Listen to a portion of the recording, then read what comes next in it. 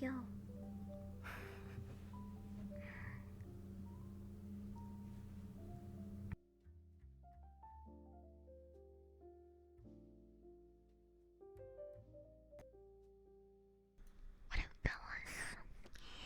What up, fellas?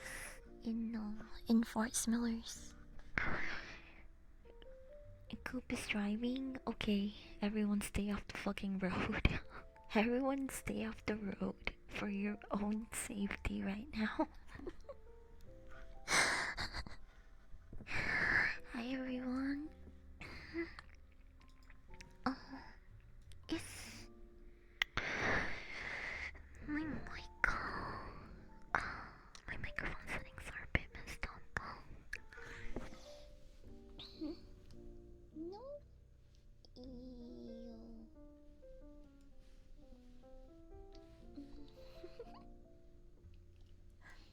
Sorry, I'm adjusting shit.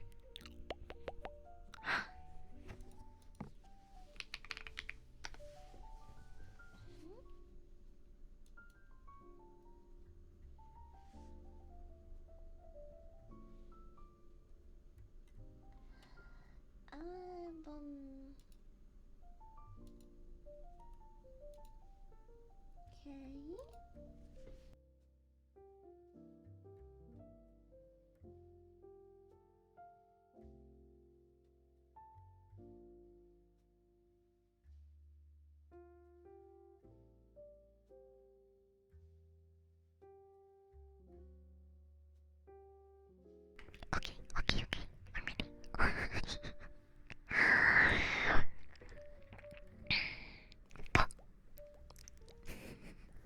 Hi everyone.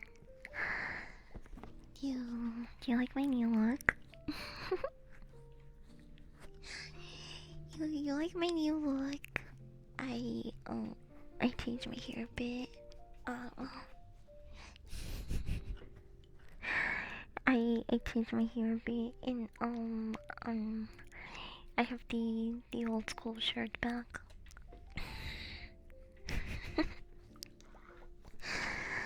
we we're gonna keep the stream to the point, I guess. Uh and I'll focus on doing layered ASMR today. Can you guys hear? Oh, God. Me, um, um,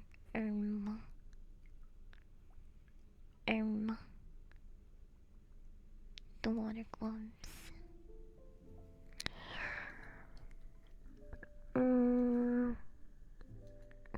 There it is. Inverse cloth. Do you think this looks like inverse cloth? It's pretty close to, it's pretty close to what my model is gonna look like in once I do like an update.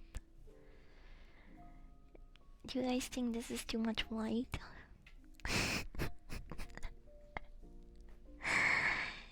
Don't worry, I'm gonna have a toggle for my hair to switch from white and black.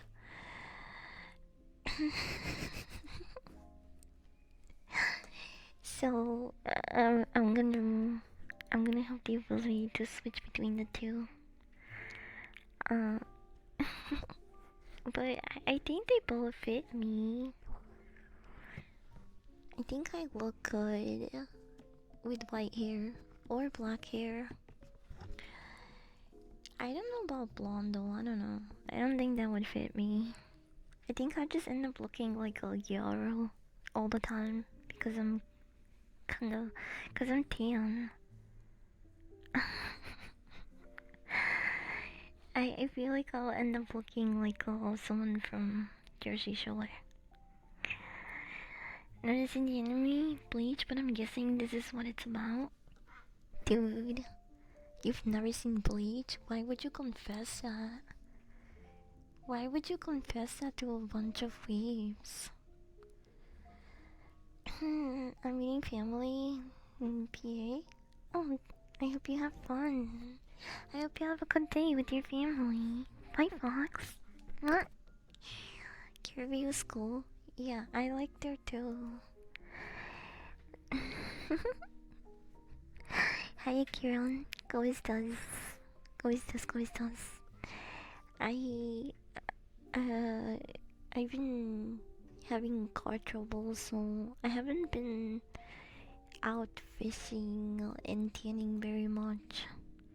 I still haven't gotten my summer glow, I guess. I wanna go fishing and tan at the same time. The enemy bleach is about white boys going around bleaching Latinos.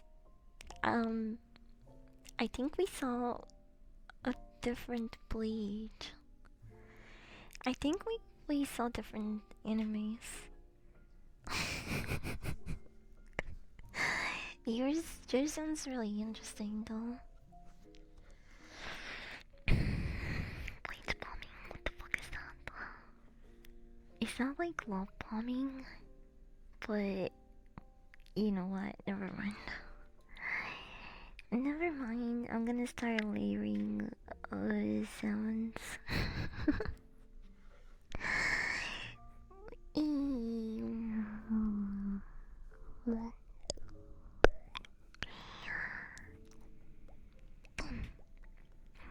you hear that?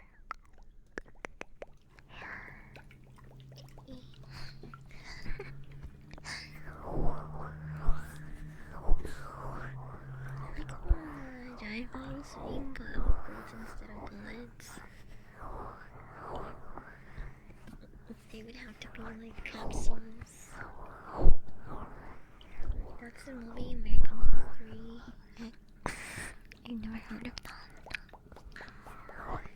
Did you guys hear about the Saikuno comeback stream and apology?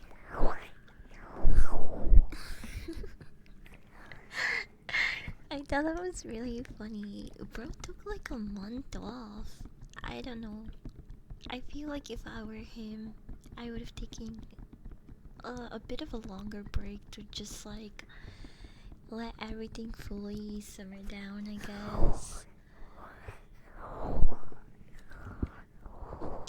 I don't even think like he was literally one of the top streamers during COVID, the COVID era.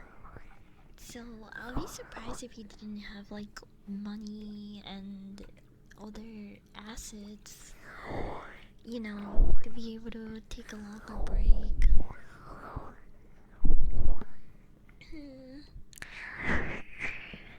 Like an evil convention or sort of lame. Yeah, blow it up. Wait, you were saying a joke. Why are the Germans gas people with mustard gas? Why not ketchup gas?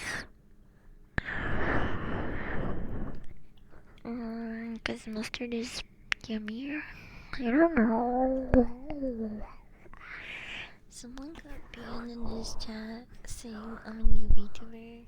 Can I help you with your lowest people?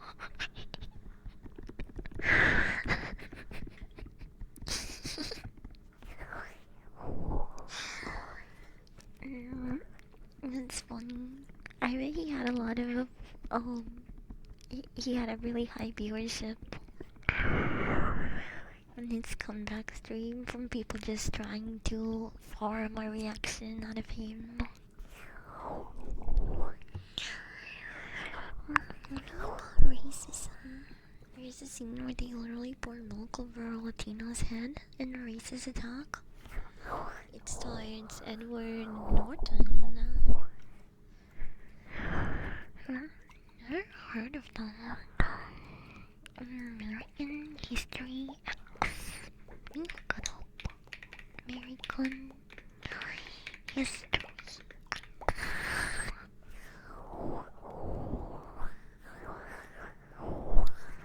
Edward Norton. Edward Norton. Of course.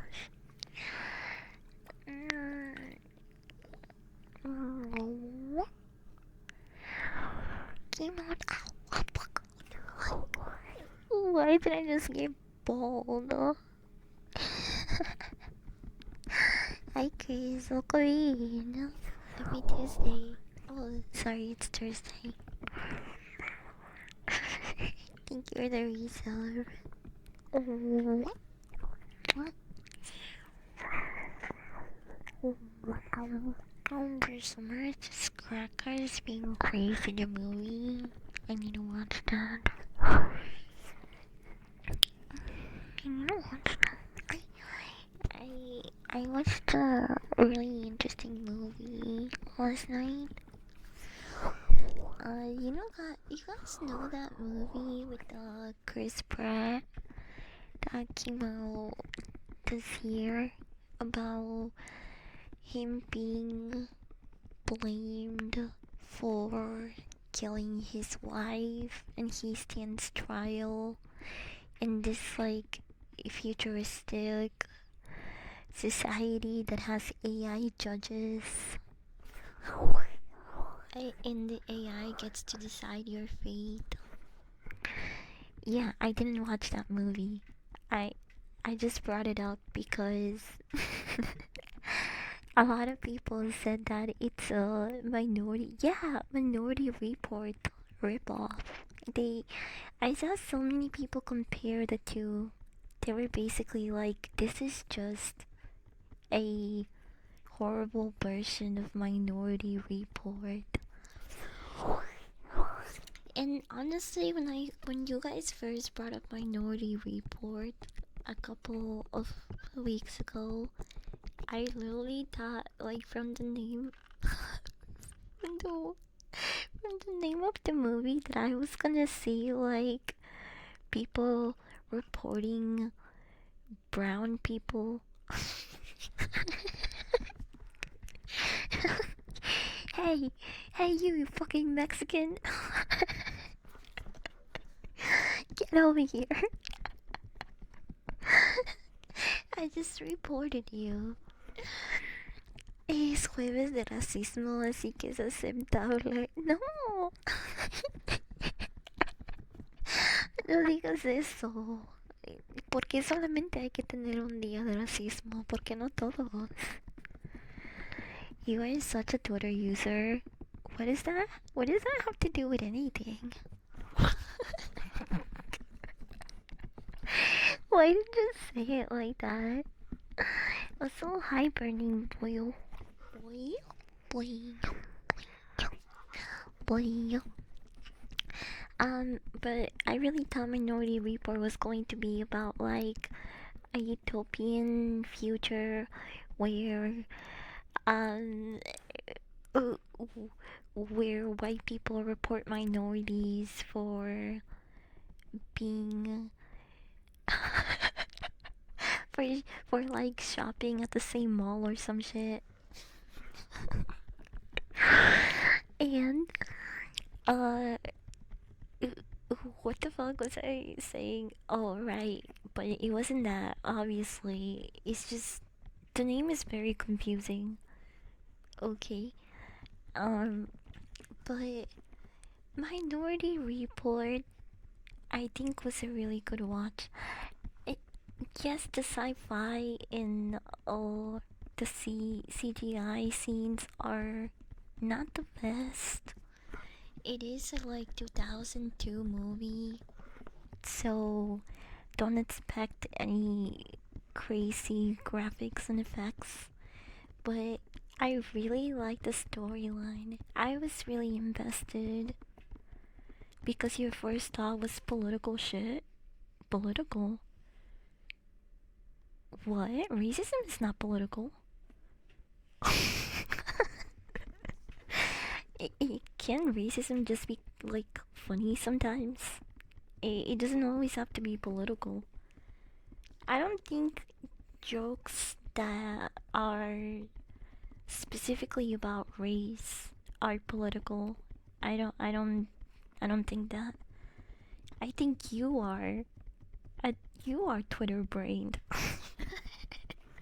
I think you're Twitter brained for making that jump. Actually.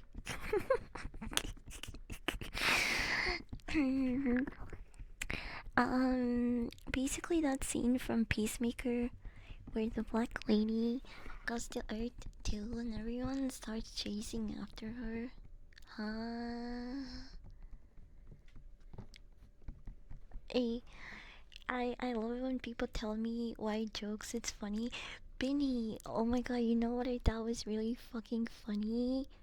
In that one post where you're like, call me a honky, I give you the pass.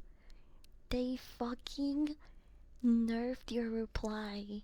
They, like, it got flagged for, like, hateful content and violating Twitter TOS, but then they left my reply.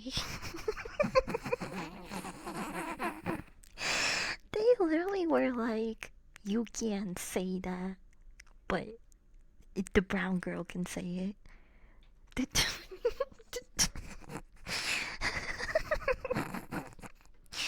I thought that was really funny. Um, it's a great film that predicted too many things, like your car being able to report you. That car, bro, that was supposed to be a Lexus. I was like, ew. Would Lexus make something as ugly as that in the future? Is this foreshadowing? Man, I hope not. The red car that John actually like goes into when he's trying to run away from David. That car is actually like one of the best looking cars, but the rest of the cars that they were showing in the city scenes, they look like straight up vibrators. They look like fucking toys. I was like, what the fuck? These are ugly as shit, bro. They're like fucking flying metal, uh, fucking self pleasure toys. They look really weird and ugly. I I did think it was kind of funny that the city kind of looked uh like an IRL version of Futurama. If someone tried to render like that type of city into the real world, that's kind of pretty much what it would look like. Except Futurama's a lot more blue because of the tubes and stuff. Um, I Not that I've seen Minority Report, I do want to watch Mercy. I don't know if I can handle watching the entire movie because for some reason Chris Pratt has become the type of actor that like he he's just so cringe, man. It might actually his voice, I think Chris Pratt's voice actually does more psychological damage to me than Jared Leto's. I know, I feel like that's a controversial take because everyone's supposed to collectively despise Jared Leto, but I think Jared Leto might actually be a better actor than Chris Pratt. I'm sorry if someone is butthurt by that. I I just can't really like take Chris Pratt movies very seriously, so I don't know if I'll be able to stomach Mercy, but I do want to watch it so I can make the comparisons and see if it really is like a rip-off of Minority Report, or people are just like being over dramatic and overreacting. Hi Rosie, welcome in. I've literally never done any research into the creepy, weird Jared Leto stuff. I know the biggest rumor is that he like apparently he was the leader of like a sex cult. But from what I heard, he doesn't have any like creepy grooming underage girl incidents uh James Franco or some shit. like, like seriously, why am I supposed to hate Jared Leto again? He's got a few of them. Yeah, I'm gonna do my research actually. Maybe on our next just chatting stream we can do a deep dive on Jared Leto. Not underage, just weird power dynamics. Yeah, but wasn't that like every other rock star in the early 90s and late 80s? Didn't didn't every like other famous person just had a groupie of girls that he fucking slept with? Why is Jared Leto labeled a creep because of it? Did he like put it in the wrong hole and someone got mad at him and then everyone started shaming him?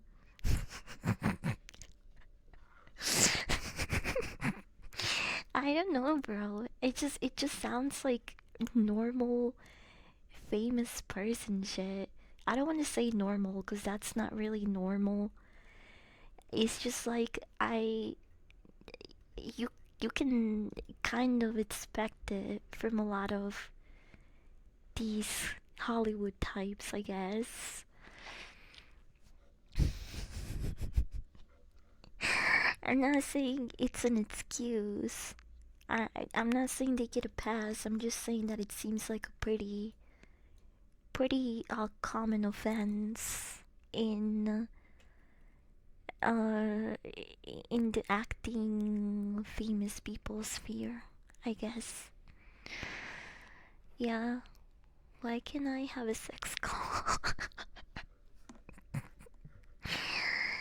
mm, Weird Al is like one of the few ones who doesn't have any bad rap. Oh really? Yeah. Your fanfic is showing. Have you guys ever read all of the Call of Duty fanfics with Soap and Ghost and Koenig? Bro, those fanfics go so fucking hard. Oh my god. I don't know who put this in my timeline, but there is a Koenig figure going around where he's like on a chair tied up and like, oh my gosh, it looks so hot.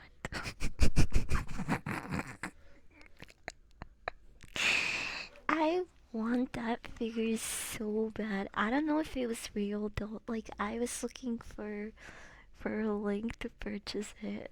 I couldn't find it. So if you know where I can purchase a tied up, half naked Koenig figure, um, i- send me the link.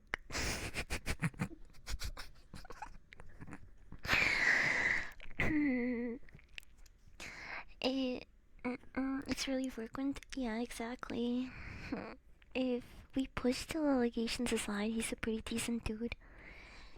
I I've heard that his performance in the new He-Man movie was actually pretty good. Hi Hamburger, welcome in.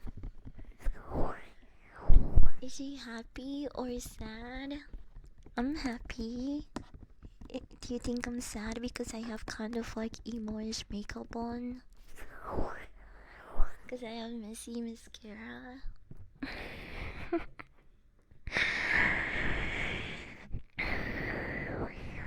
I I heard the scary movie. I heard the new scary movie premiere was kind of a flop. It sounds like you're sad. No, I'm not. I am kinda tired and also it's really hard and my throat is kinda dry.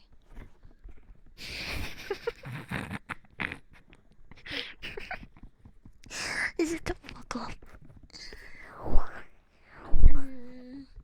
When you rate the movie, could you please log it so it shows up in my timeline? Yeah, I should log it. either during the stream or sometime today. I I almost didn't. I mean, I did recognize him, but I almost didn't. Colin Farrell, because he's so young. Um, I love Colin Farrell. He is he is so handsome, bro. He is so handsome. I don't know. There's something about him. He's in the Burgers guy, isn't he? Yes, yes, he is. Yes. I haven't seen the film, but I have heard about it. When I was looking at the cast, I went through all of Colin Farrell's films, and there was some stuff that I really didn't remember he was in. My dumbass was picturing Will Ferrell.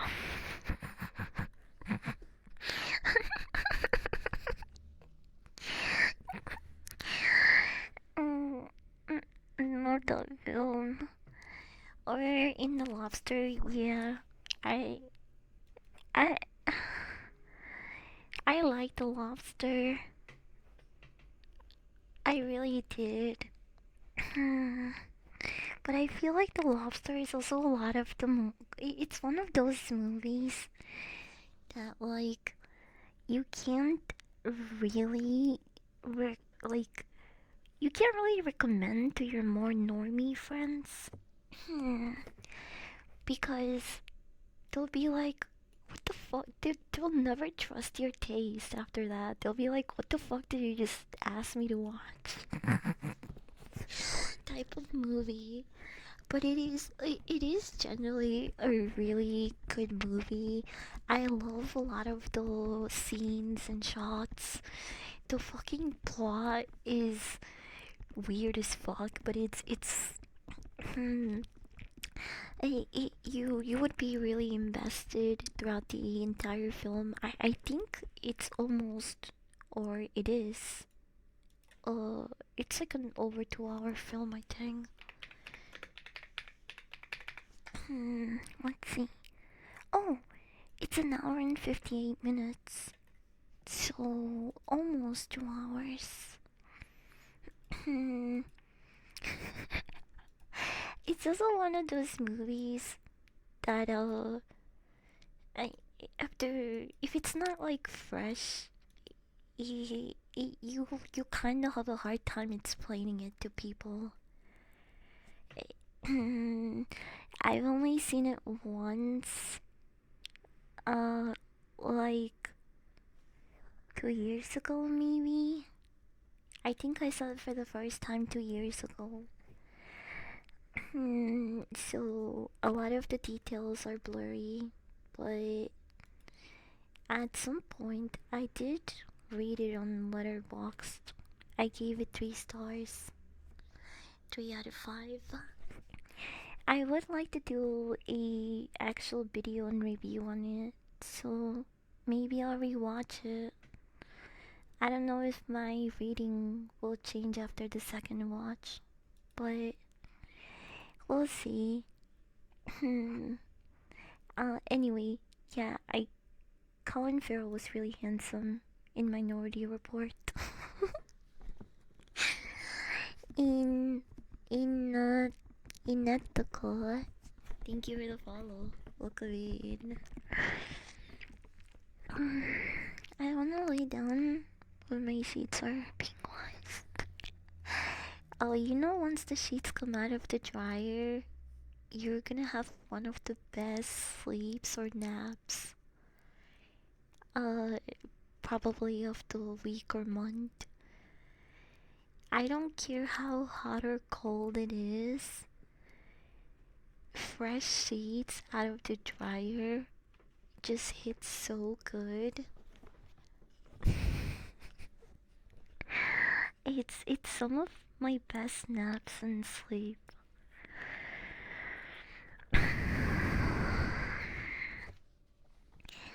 I don't know, but The atmosphere is so calming. What was that you watched last night? Minority Report. Minority Report. It's. I'm gonna talk about it in between triggers, I guess. Minority Report is about a. I don't even know if dystopian is the right word, but it's basically about a futuristic society. um, where a bunch of people abused drugs to the point where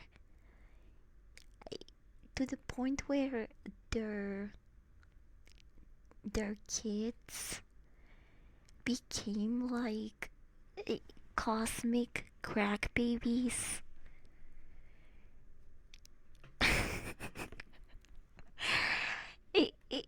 It's basically the equivalent of of how, you know how nowadays, if your mom takes a bunch of drugs or crack, you're born a little bit retarded, or I don't know, maybe with some superpower. This is essentially the same thing, but way better, because these crack babies gain special abilities where they're able to see visions of the future. Unfortunately for them, those visions are all pretty gruesome. They're of murders, rapes, assaults. Basically, it's all humans harming each other. And at first, the company, organization, whatever, studying these kids, they thought that these were just really, really bad nightmares that the kids were having, and it turns out that they were visions of future events. And so, uh, this woman, I forgot her name, the girl that funded the company, but whatever. John's father takes it over, and his name, well, his name is Lamar. Okay, so Lamar takes over the company, and he puts these crack babies, he like basically imprisons them so he can build up an organization where they use these special ability crack babies to predict the future crimes and assaults and rapes. And so what his organization does is they stop these crimes right-handed before, literally minutes or seconds before they're about to happen. And due to this new program that he created, society is basically almost crime free. Right? Wait, yes, I'm watching. I was talking about Minority Report. I watched it for the first time last night. It's funny that I can say future predicting crack babies and you know exactly what I'm talking about. Generation B, if it were good, the new show doesn't look any good. It doesn't look any better. Bot Rising, but I wanna watch it anyway because Soldier Boy. I'm gonna watch. I'm gonna give it a shot because Soldier Boy, okay? Before saying anything about the premise of the movie, I mean, I'm talking about the movie as a whole. I'm talking about the movie as a whole, so I'm kind of telling you, or I'm kind of telling you what's going on as I go. I'm basically telling you the entire plot. They call the drug they abused was called Neuron? Nor... Nor... Neuron? Neuron? And that's such a stupid name, no wonder I didn't remember it. All done in a bunch of drug kids, crazy. Yeah. Soldier Boy is hot, yeah, he is. Anyway, enough thoughts about Soldier Boy. Back to the plot. It was less than the. I'm not fucking done talking about it. I'm not fucking done. Okay. Okay. I'm not even finished. Classic male. A classic man move. I'm not even done. I'm not even finished, and this dude is like ready to fucking wrap it up. Okay, brother. Soldier Boy made cigarettes look cool again. He can make anything look cool, bro. Soldier Boy could probably make cocaine, crack, and heroin look cool. Like, motherfucker can inject that shit straight into his veins, and I would be like, that's hard as fuck. I. He's just like me.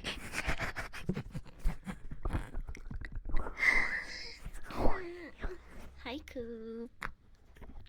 Did you kill a bunch of people on your way home? I told everyone to stay off the road.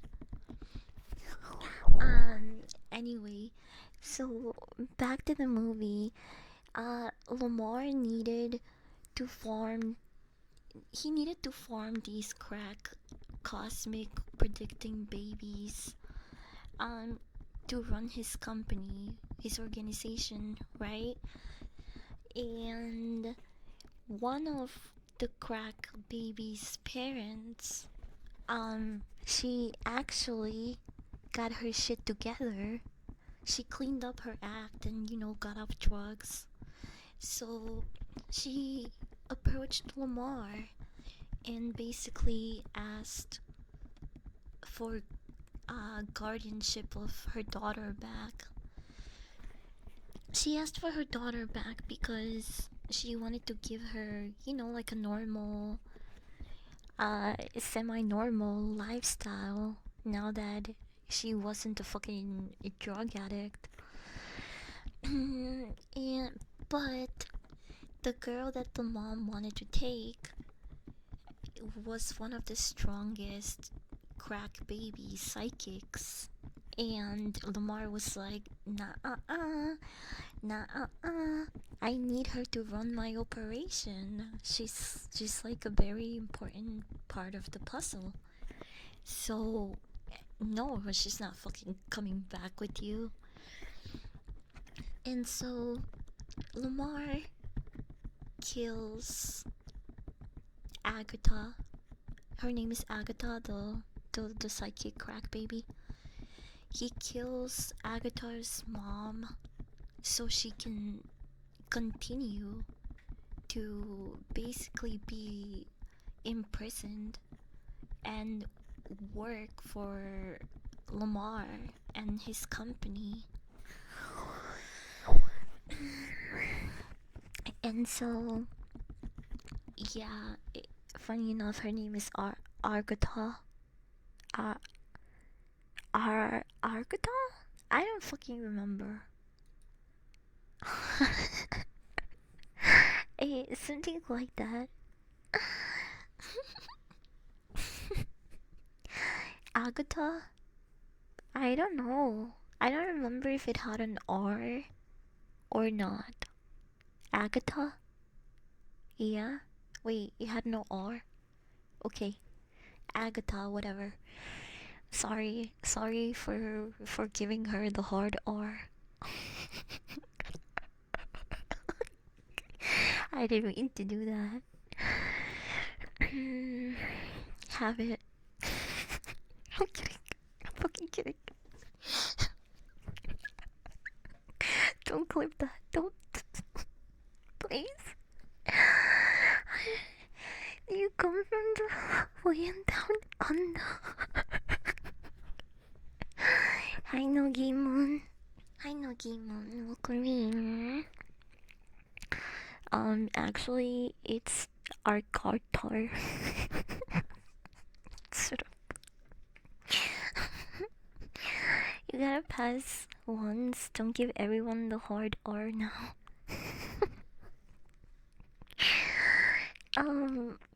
Anyway, Lamar, he slimed out Agatha's mom, and he basically imprisons her and the other two psychic kids. They basically just like grow up in there, and they're always plugged in to machinery while they're floating in some sort of fucking milk pool. The way they try to explain it, it's just like they try to sound so futuristic, but it just like it just makes no sense. It's really funny. They say it's wonton milk that acts as both nutrients and supply in the liquid conductor. What the fuck does that mean, bro? Damn, they're getting like some top tier quality milk right there, bro. Yeah, I think I would actually love this. Eh, the cosmic milk, the the nutrient supply milk. La lechita. la, la leche. ¿Cómo se dice? The holy grail of milk, I guess.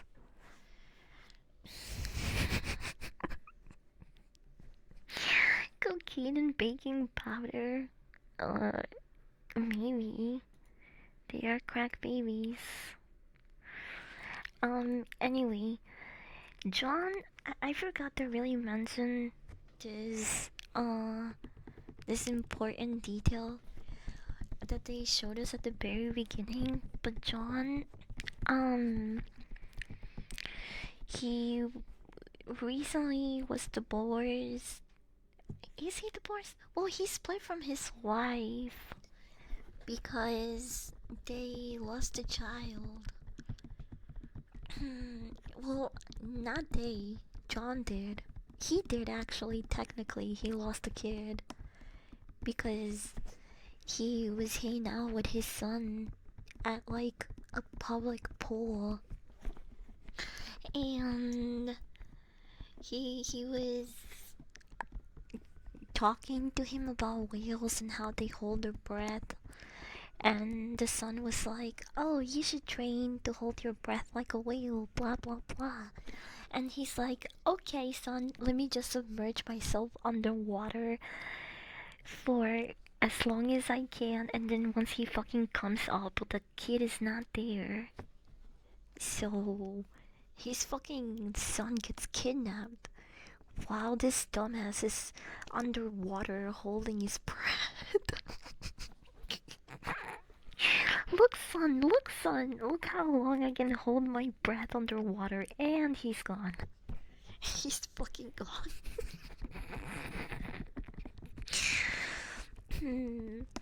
So, they actually never find the kid, and even in the movie itself, they don't confirm if John's son,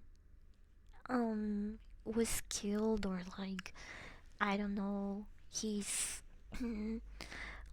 he's like living with some other family half across the country or world, who fucking knows, they don't actually give us an answer to that. Um, hmm, but John is just devastated by, this incident, as any loving father would be. If he was Mexican, that would probably be another story. He'd probably just start. He he'll probably have a backup son if he was Mexican. He would have a backup family to the main family, and then he would have a backup family for the backup family. But John is a good little. He's a good boy. He's a good white boy. And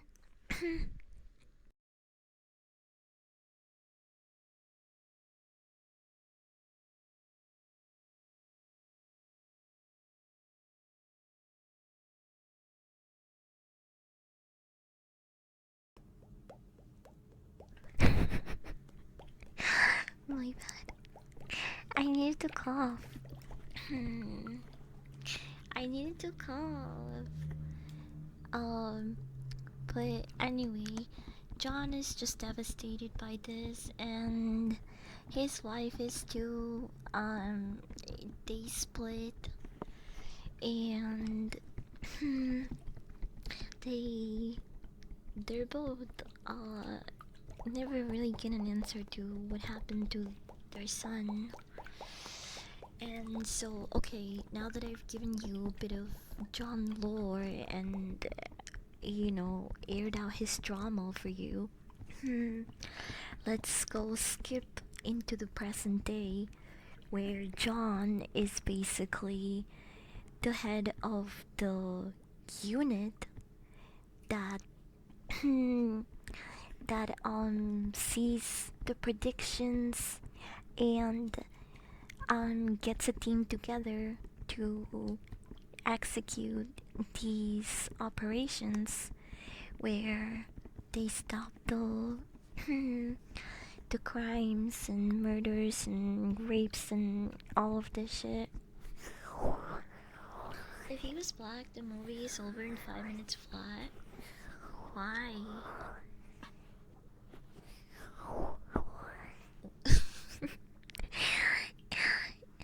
I remember the gym. I bench pressed 70 today. Hell yeah. Good job. Good job. Good job. um. Anyway. Uh. So John is basically in charge of like dispatching these units. So here's how the system works. Okay. Crack Baby gets a vision. The vision is downloaded to some sort of orb where John looks at the case and reviews it with two judges that he just has on speed dial. They just like pop up on his screen basically.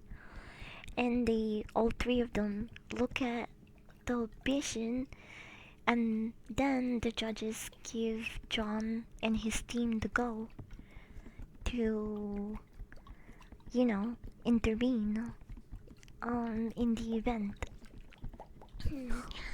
So that's essentially how the system works. And we see the first case that they take is a husband who finds his wife cheating on him, and he crashes out and ends up killing them both. Which honestly, it's a valid crash out, because at first I was like, whoa man, relax. Like, it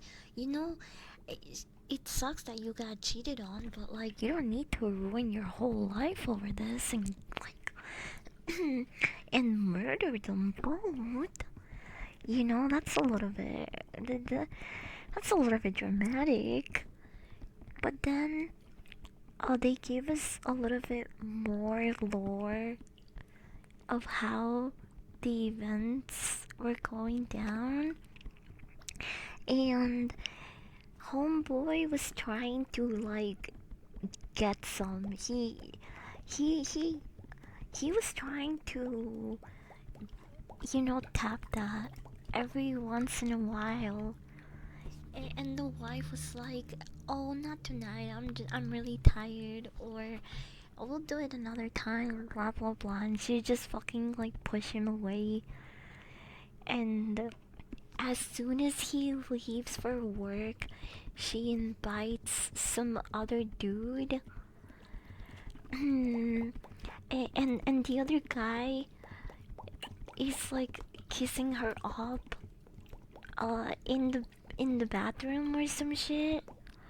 And he's like, "Oh, hold on, let's go to the bedroom."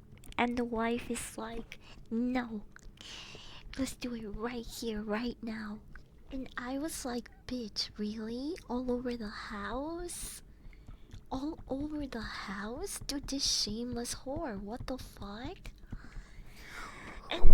And so the husband, actually his plan was to come back and catch her in the act, because I guess he already had his suspicions. So he comes back into the house like, "Oh honey, I forgot my glasses," type shit. And the wife and the other guy are basically like fucking all over the house, and they end up like making out and make their way to the bed. And so they're like fucking messing around in bed, and all of a sudden the husband pops up next to them, and he's like, "Honey, I forgot my glasses."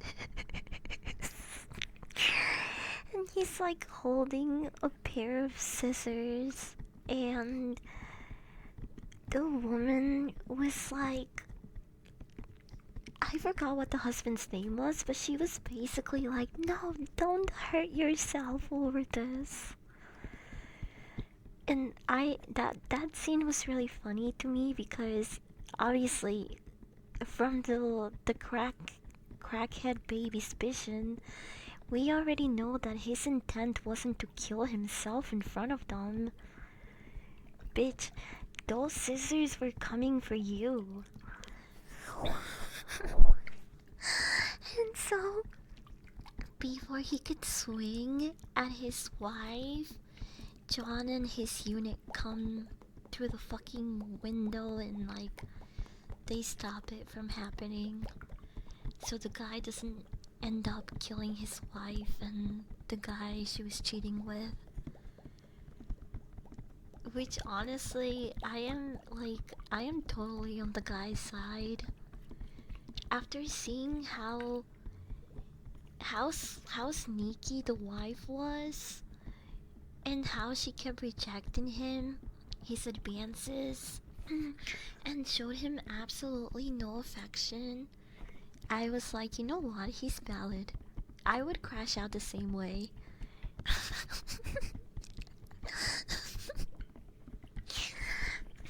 Hi Jay, welcome in. I'm talking about Minority Report. Hi wait, hold on, I'm gonna do this with cheese for hamburger. What? What? What? What?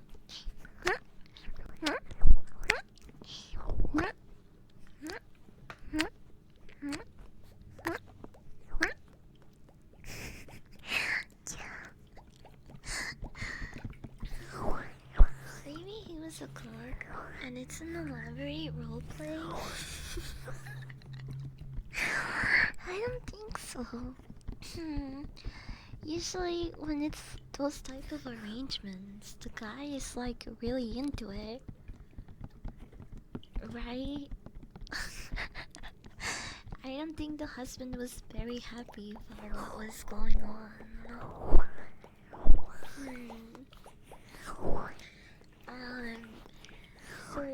basically they show us the unit in action with that scene. And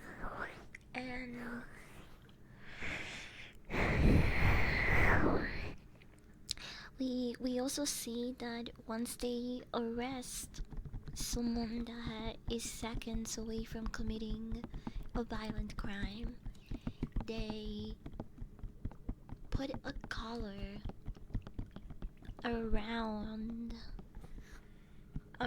them, and they basically turn them into human batteries. They like basically put them in some fucking storage unit where they're butt ass naked, and they see their life flashing before their eyes, and also a they also see themselves committing the crime over and over again. The stasis of peace.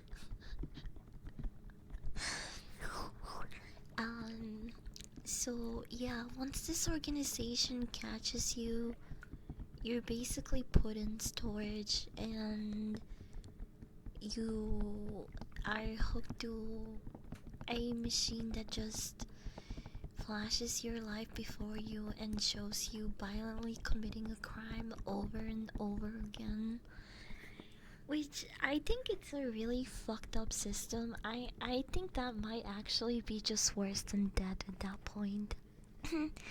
Imagine you are being put away for a crime that you haven't yet committed, and instead of taking you to, like, I don't know, maybe try to rehabilitate you, they just fucking put you in a storage unit, seeing your life flash before your eyes, and the crime that you were supposed to commit over and over again. I think that would effectively fuck someone up way more than maybe even them committing the crime and trying to get rehabilitation, or getting, like, intervened and then being sent to be rehabilitated, I guess. Anyway, so that's what they do to the people and this company, and this branch is basically not part of the government yet, but um Lamar is working on that. He wants to implement this, um in the government everywhere, basically. He wants to use this to basically stop crime from ever happening all over the world. Um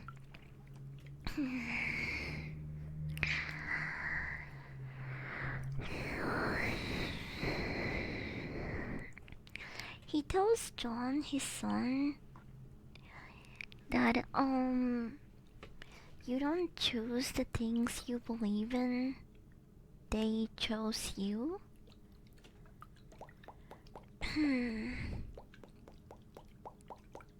And I don't know, I'm still thinking about that quote. I'm still low key like, what the fuck did he mean by that? You don't choose the things you believe in, they choose you. I was like, what is this old crook talking about? And then, that's not true.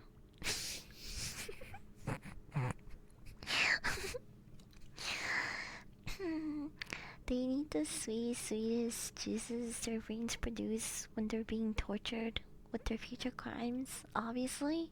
Maybe. If I gotta relive robbing a store for some Dr. Pepper, you bet your sweet ass I'm gonna yeah, but I don't think they can taste it. What is just a memory if you can't even taste the sweet nectar of the Dr. Pepper? You would just be teased with the memory over and over again.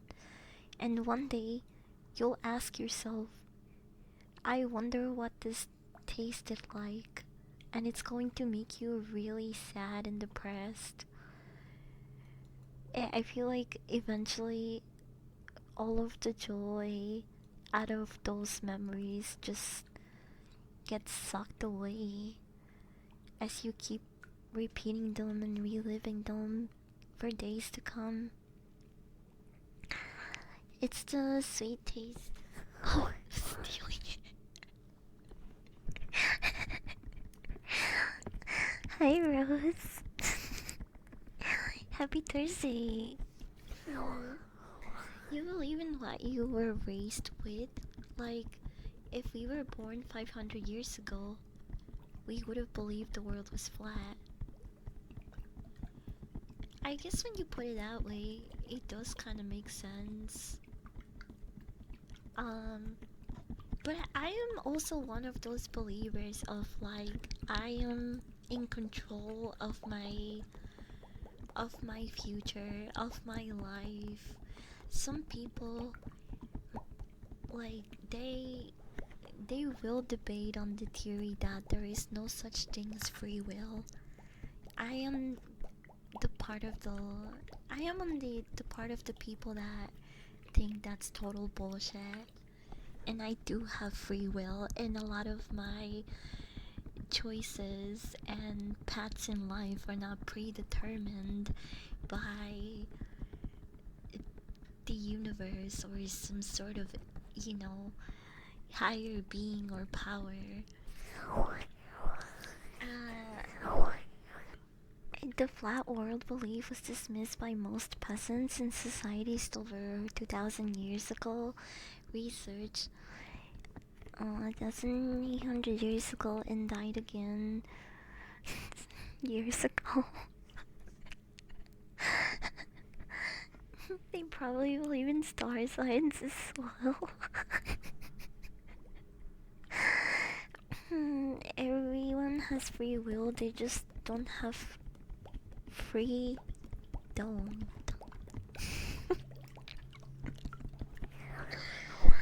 Your beliefs can change and be affected by your experiences, but if you're just saying, I want to believe this, and then do, that's just self-delusion. I think delusion gets a bad rep. I think there is actually such thing as healthy and good delusion. Like, there are some people that swear by the fake it until you make it mind state of things.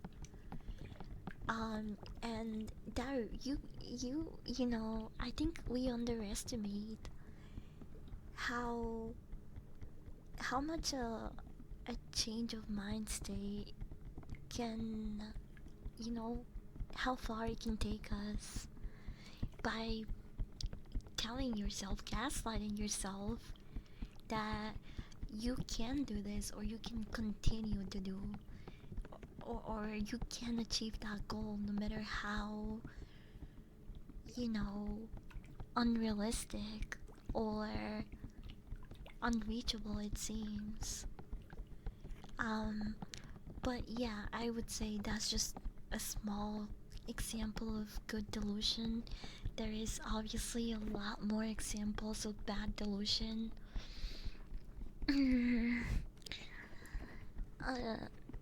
It's just daydreams to an extent, yeah. I mean, the system you live in sets kind of the borders for it. Yeah, that's true. Being the rule is good. Gonna go fight someone. Gonna go find some windmills. But you're telling me I was set up to be a loser? No. I'm actually telling you the opposite of that. That you have the power to change. That Like, if you and I'm basically saying that if you are a loser, it's your choice. You have the power to change certain things and aspects of your life. Sure, there are things beyond your control, and any type of change, whether physical, mental, or whatever, is always going to be hard or uncomfortable, and that's why it's just easier for a lot of people to stay where stay exactly where they are because it's comfortable, even if they're not entirely happy with the situation they're in. I do agree that a lot of people are put at a disadvantage because of outside factors and circumstances that they can't control. But if you adapt a loser mentality and you convince yourself that you are a loser, then you are going to keep going down that path. Um, does that make sense? I hope I explained that okay. I hope that makes sense to some of you guys. Humans are creatures of comfort and habit. Yeah, we basically take the easy way out in a lot of situations. And it's kind of hardwired um, in a lot of us because it, that's how it, that's how we used to handle situations back in the days. Like, uh, of course, we're going to do the things that we know are safe, comfortable, and are not gonna put us in an uncomfortable situation or, get us killed. I'm being dramatic, but it it's essentially kind of the same idea today. People don't take risks. They are comfortable, and even if they are not always comfortable, it's just still easier to keep staying that in that path because it's familiar. It's like the equivalent of like driving in a road that you are familiar with versus a road that you're not familiar with. You know, 9 times out of 10, you're going to go down the familiar road and drive through it because that it just makes sense. You don't want to get lost. You don't want to, you know, take a detour and I've run the chance that something might go wrong. But when sometimes when you take that detour or you drive that unknown road, you discover that it had a better view. Who would have known there was a fucking lake if you went home in this different path? And I think that's why we should explore that unfamiliar road once in a while. Because you might find a new fishing spot.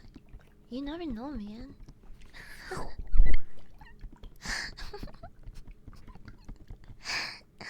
Because why is the camera bottom left frame line the same place as the volume control line?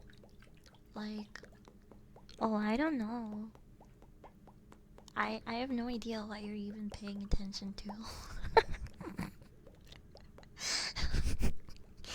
You are stoned, but that's besides the point. I literally don't know what you're talking about.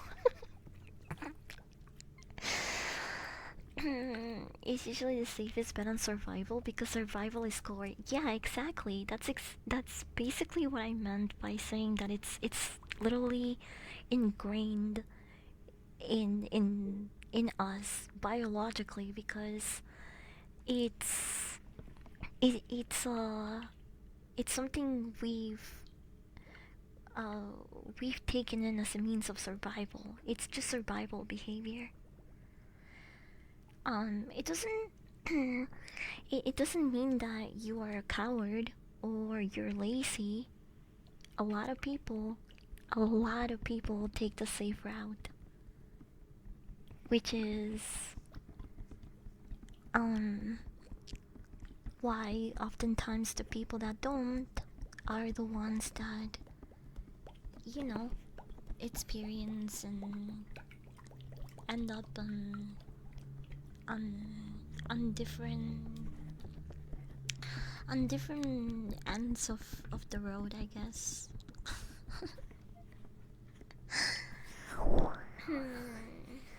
There isn't a price sync price Twitch volume control. Oh, I see. Yeah, on the Twitch app it must look different. I kinda see what you mean. Cringe ass Robert Frost road less traveled shit. Son, I have no idea what the fuck you just said.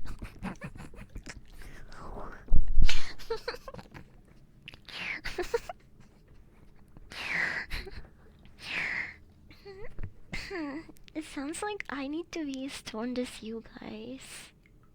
It sounds like I should take a hit. I don't know how we started talking about this because I was talking about Minority Report. I'll go back to talking about Minority Report, but I wanna take a hit now. The road less traveled. Did you go to school? Do you think all schools are the same? Like, do you think all the curriculums look the same so we're all supposed to read the same fucking poem?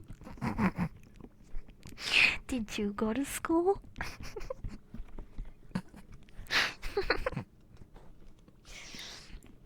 You had a sudden stroke of genius? I need to change that. Time to smoke some weed. I don't want people thinking that I'm like wise and shit. That's going to ruin uh certain it it might put expectations on me that I don't want.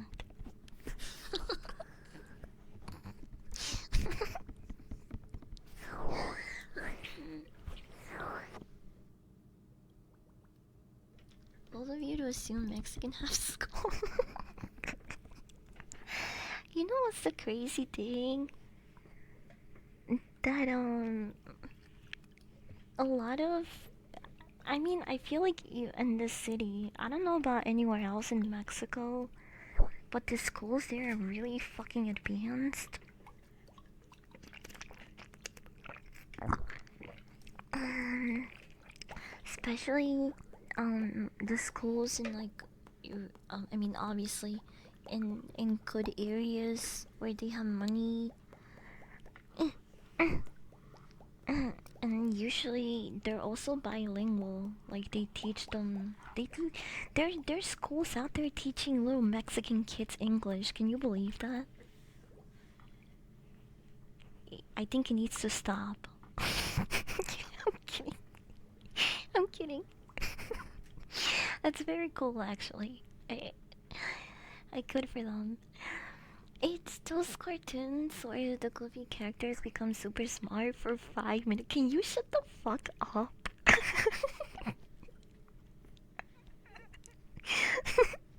Can a dog get a little philosophical?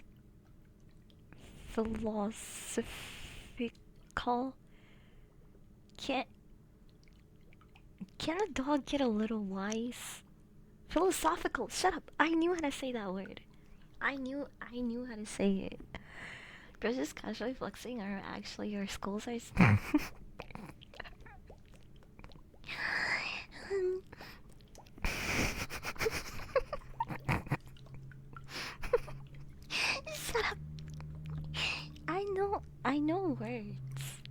I'm just Mexican.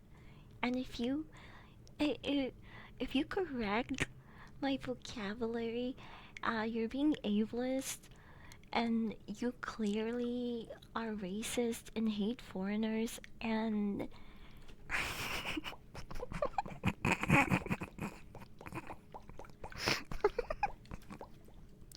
you're the best at words. Yeah, thank you.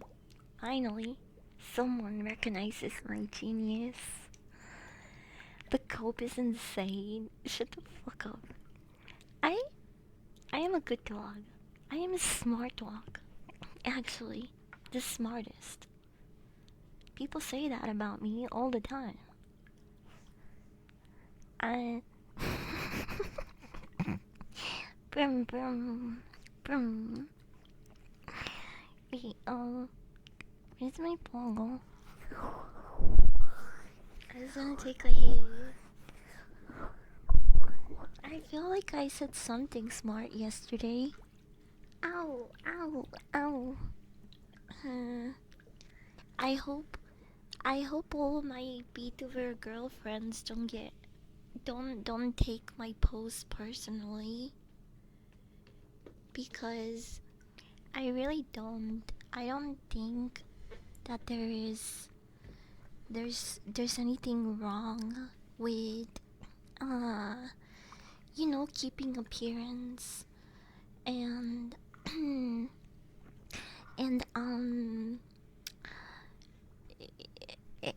and not wanting your audience to know that you talk to men off stream, or you interact with them or whatever. I understand why a lot of VTubers don't talk about it. They avoid it. They try not to collaborate or interact with any men. I understand why it's the norm, but I don't like that aspect about VTuber culture. And while I do respect VTuber culture a lot, and my friends, I just, that is one aspect about it that I don't want to follow. I don't want to follow because a lot of my friends are guys. I consider a lot of you guys my friends. Uh, per social weirdo moment, I know, but I think I think it's a little bit ridiculous to pretend that a man and women can't be friends, or that they interact with each other because of like idol VTuber culture, and you know uh parasocial viewers and stuff. Like, they obviously they don't want to uh scare off their audience, their male audience, but I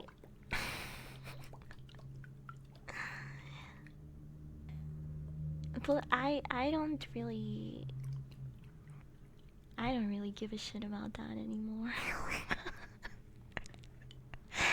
I'm sorry. I'm sorry if that sounds kind of I hope that people don't take that for me dunking on beat-over culture, or saying that I disagree with the way things are done. That's not what I'm saying.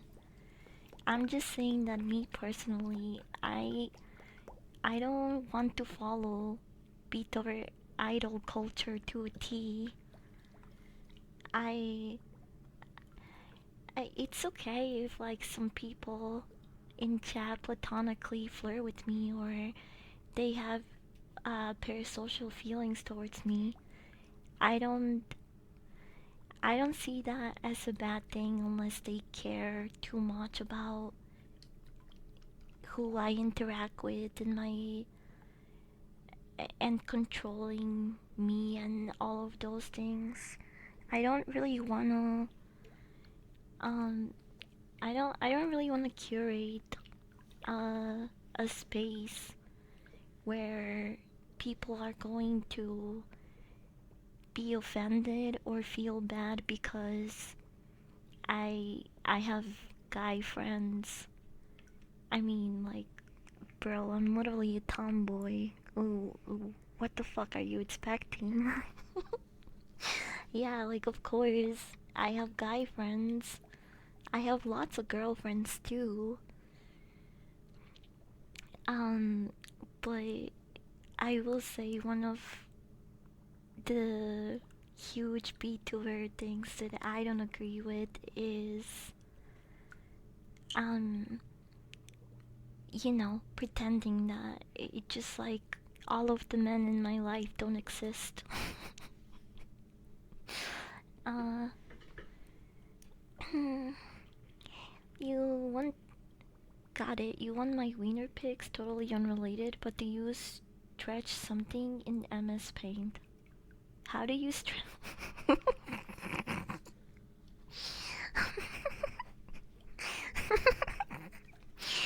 Hi, Best Black. Give it a resub. I don't know if you saw it on Discord, but I ran into somebody with the name Tomboy Sweat Liquor on the Outlast trials last night.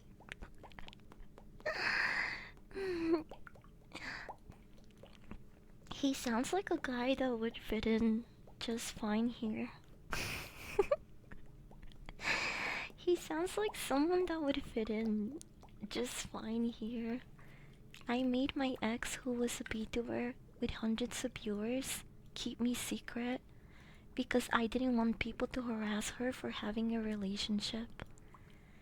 Yeah, that's actually what prompted me to post that message on on Twitter and talk about it on stream. It was a friend um who I actually it was two friends, but one of them was the one that brought up the subject because he was in a couple of shots of my last Backrooms ASMR video, which by the way you should totally check out in my new channel. Random plug. Um, which I don't have a link for. I should do that. I should put that in my other links because whenever I say that I made a new video, people still go to my bot channel. Guys, please. Stop going to the bot channel. I know it's mostly my fault because I'm really bad at advertising. But I do have a new channel and I am posting pre-recorded content there. My latest video was a backrooms discussion while I explore the backrooms with some friends. Here it is. um, anyway, as I was saying, the reason why this topic was even brought up recently was because one of my friends was like, "Oh, hey, I noticed that we appear in your ASMR video. Is that okay? Is that okay with you being, a female VTuber and all?" Uh, and I was just like, "Yeah, I think it's fine. Like, you guys are my friends, and also, I don't really agree with the whole I need to keep all of the men in my life in the shadows like they never exist. Part of the B2B culture. I. It's also kind of retarded that, like, a lot of people, when it comes to popular VTubers, or VTubers that do have a partner or a lot of male friends but they hide it,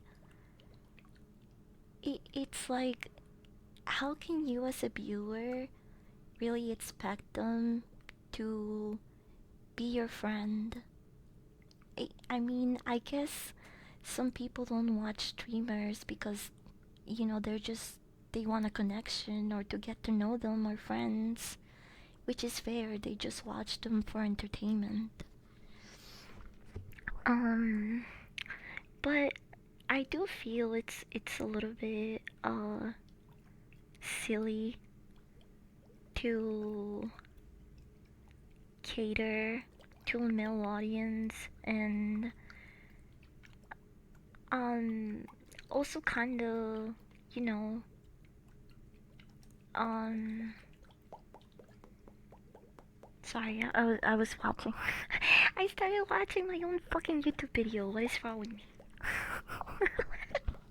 I got distracted.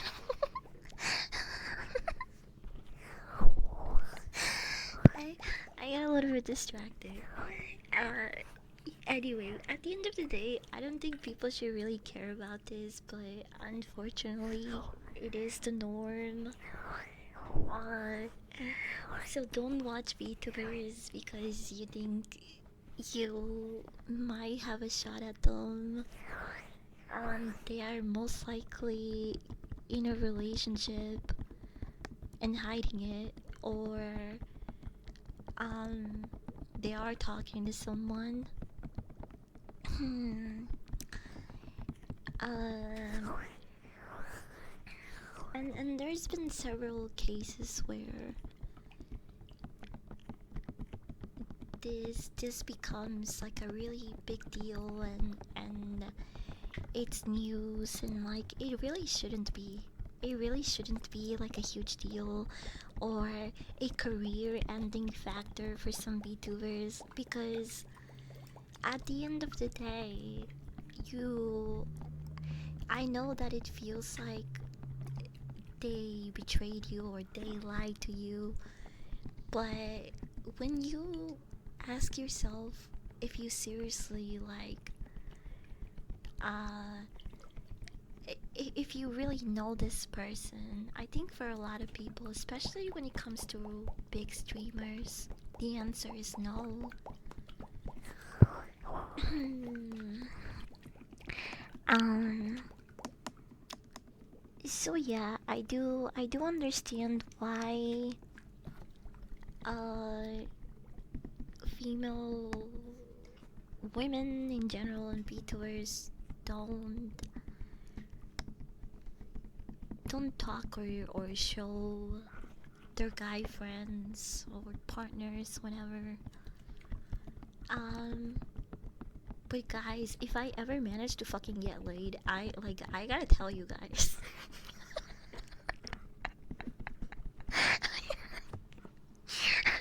I gotta tell you guys because I'm going to fucking shove it on your face and I'm gonna be like, haha, loser. Guess who got laid before you?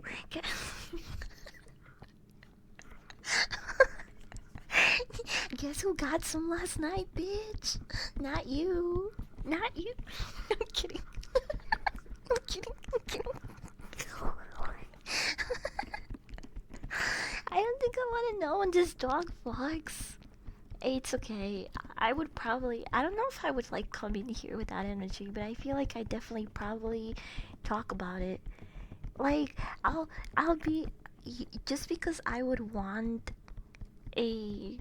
would want a standing ovation from you guys, okay? Like, oh, finally, one of us got fucking laid. Can we clap, everyone? I mean, if one of you guys gets laid and you tell us, I'm gonna have to clap.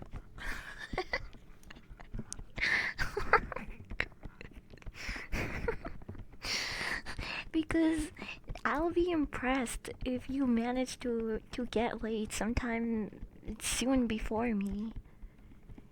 What kind of world is that? I don't want to live in that world, man. I I'm totally gonna beat you guys. What?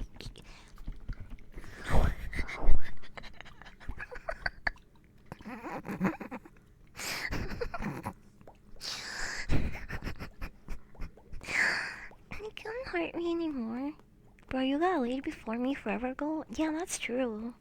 Yeah, but like, that doesn't count. I've been reset because it's been like fucking years now. You think I remember what the touch of a woman felt like?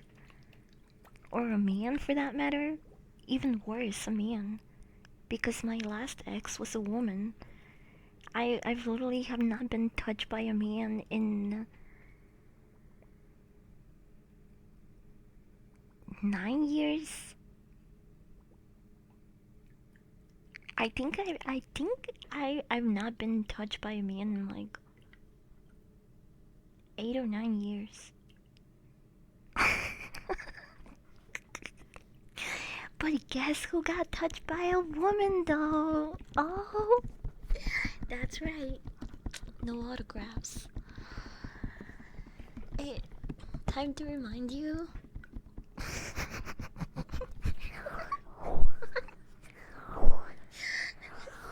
We go clubbing tomorrow? No, don't. Don't fucking go there. Don't go get touched at the club, bro. You're gonna regret that.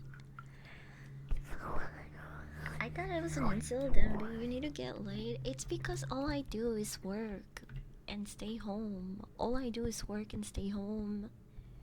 I could probably like, and the thing is, it's that I'm also really picky, even though I'm like super sexually deprived.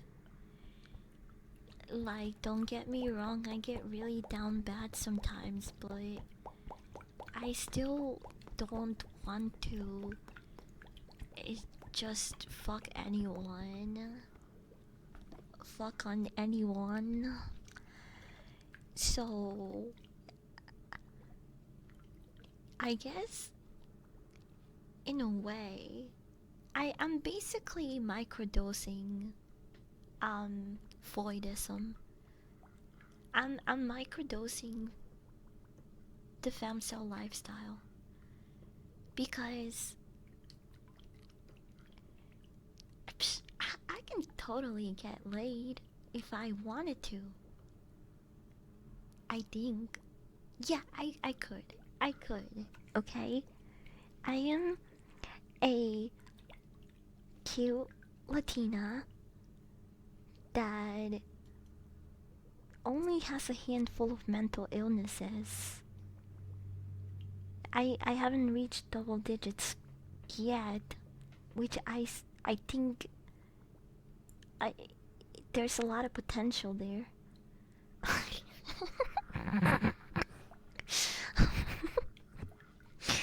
There's double digit IQ. Shut the fuck up.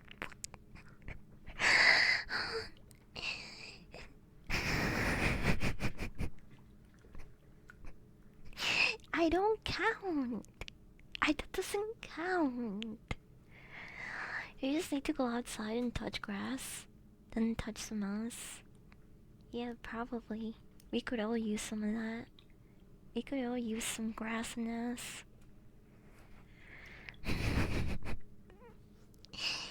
Also, I'm scared because I've been rocking my shit with toys for like 5 years straight now.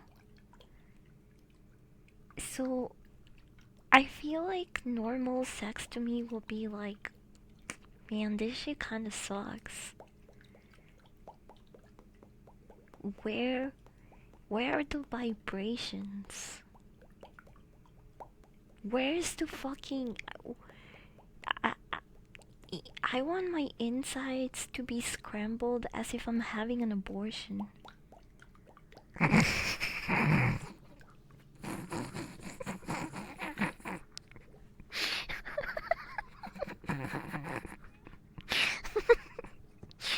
I'll be like, damn, this penis doesn't have speed levels. What the fuck, bro? I'm kidding. I'm kidding. That's why I just swore Jim Game Slave. Toys during sex isn't illegal. I know, I was just making a joke. Have two options down there? No, I don't. As far as I'm concerned, there is only one option down there, and if you go, remember when I was talking about exploring different unfamiliar roads earlier? Yeah, you don't fucking do that when you're having sex, buddy. Especially not without checking in first. Because I will bite you. I will bite you. And I'll probably shit all over the floor. And you gotta give a heads up for those sort of things, bro. I no. What? Eh. Hey, I love to poop as much as the next guy. I love pooping, but I don't love it that much. The dirt road is less travel.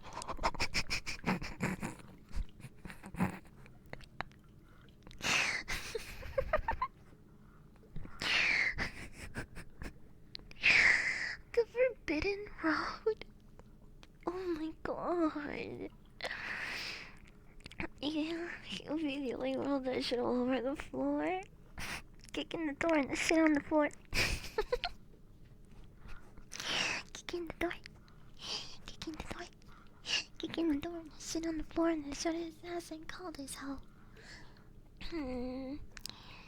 More like ew, Rocky Road sounds gross. Like I got shit in my butt that shouldn't be there, bro. Ew, not the Rocky Road. That sounds like that sounds like a really foul, disgusting butt.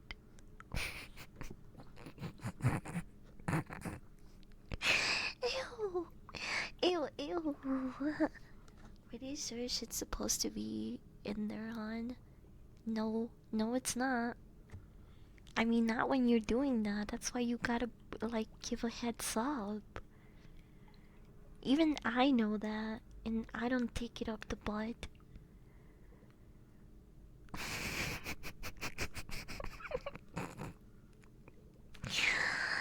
Let's call Gamer Gunk.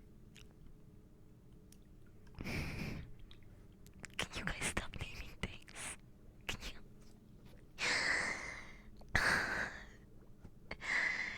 I.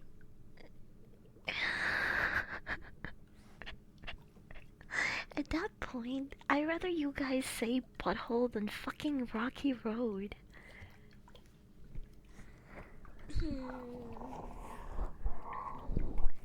B, I really want a man out here. I'm exit only, bro. What's wrong with that?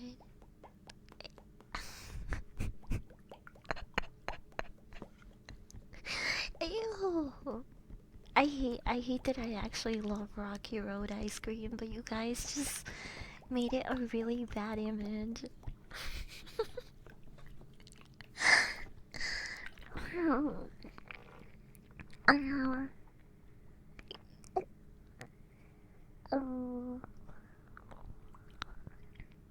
What the fuck are you doing? What are you doing? Nadia. People were making jokes that evil Eoskai's husband was gonna be the Grande Saumano. What the fuck? Relax. This beat. Don't even bring up fucking Nutella. I love that shit, bro. Shut the fuck up. Shut up. My favorite story about anal is weirdo Chris Damore is trying to describe it in a very artistic manner while giving free Kosura and Blaine Gibson a dying, wishing they weren't there. There was poop inside. Someone has to do something about this.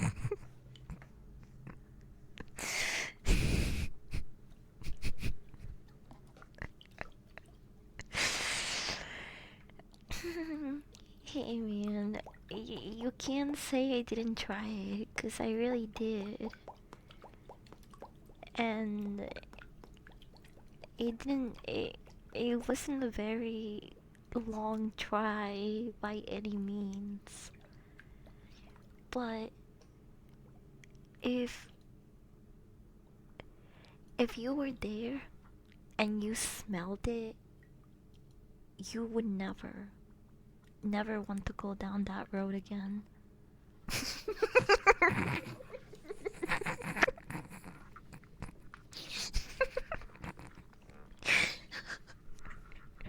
I'm sorry.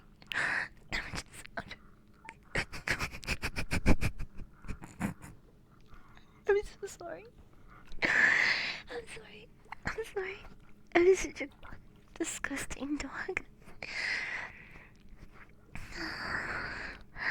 This is the same guy's clock screenshot I showed. I don't know exactly who you're talking about. I'm not. I.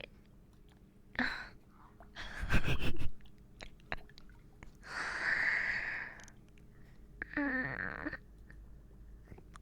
is that supposed to be? That's supposed to be Nikki's eye. Did you guys hear about You guys heard about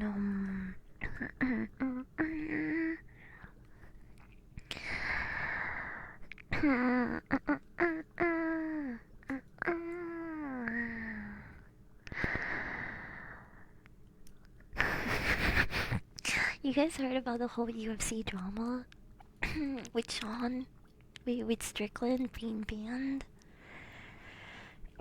from the Freedom 250? Dude, I'm not gonna lie, I fucking loved his crash out. It was funny as fuck. Bro, he fucking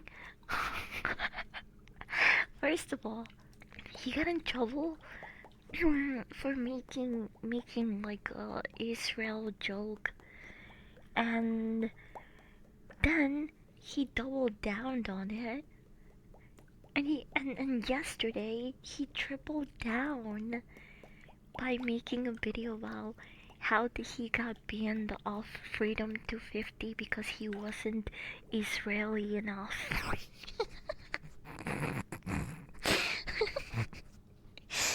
Bro, he was crashing out. It was funny as fuck, I'm not gonna lie.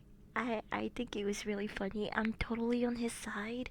I mean, he's literally the only US with the belt. Like, he's the only US champion with an actual title, I think, right now. And he's fucking banned from the fucking Freedom 250 event. Bro, what the fuck? I- He was. Dude, he made a joke. I'm telling you, when he tripled down, he tripled, quadrupled fucking down. Dude, Sean posted a picture of him. It's just like fucking AI edit of him. of, of him looking Jewish as fuck. And he captioned it saying, "This is how I'm going to show up to Freedom 250."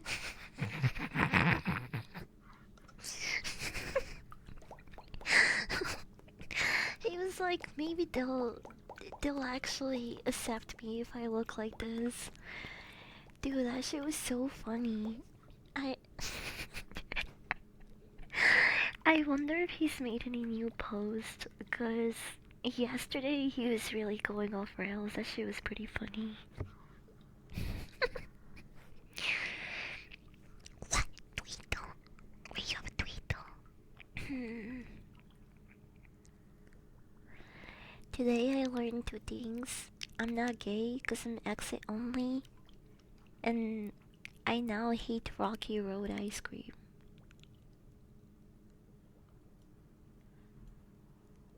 You're making me tweet that on Pride Month? On Pride Month, brother? It's like you guys just want to get me. You want me to get cancelled once every week. It's like it, it's like you guys want women to actually just steer clear for me. Just like you guys. This is what's going on. You guys want me in the same fucking boat as the rest of you.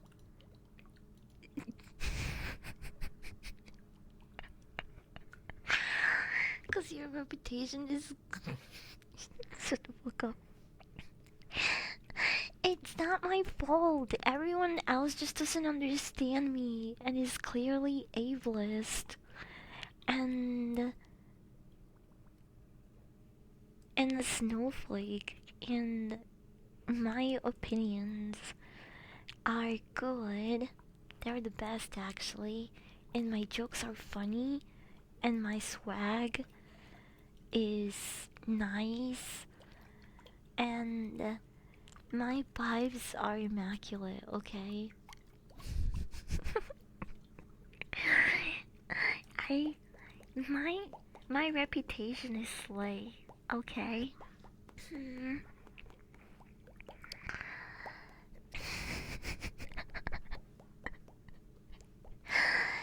Okay, hold on. You think swag lost me aura? I like swag. I will never stop using swag. Now it's what is the new word for swag now? It's it's mocked. No. Aura? Is it aura? I thought there was another word. I thought Riz. Yeah, it's Riz. Riz. My Riz is swag.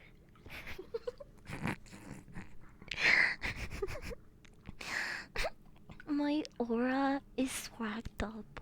It's swagged the fuck up. Okay, I'm posting the tweet. I'm fucking posting the tweet. Okay.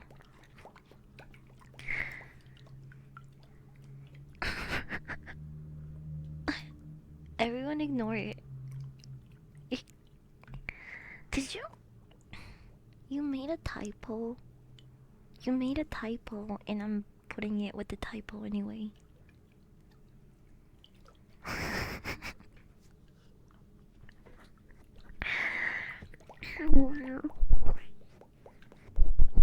Someone's gonna be like, I knew it.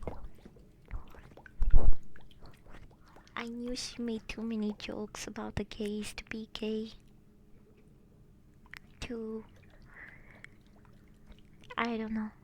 I I don't think this one's gonna blow up. I think you'll be fine. I think the Rocky Road ice cream part kinda saves it.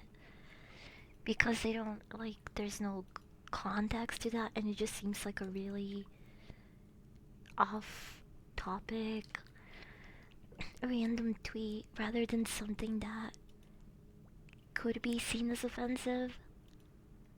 So, I don't think this one's gonna get me cancelled, actually.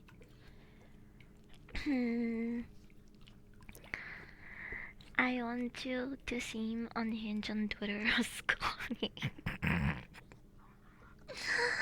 Brother, I've already done that, okay?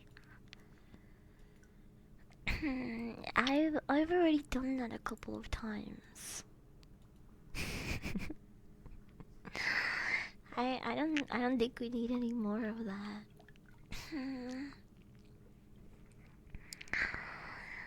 It was nice knowing you, and I'm sure we'll be fine. I think we'll be okay.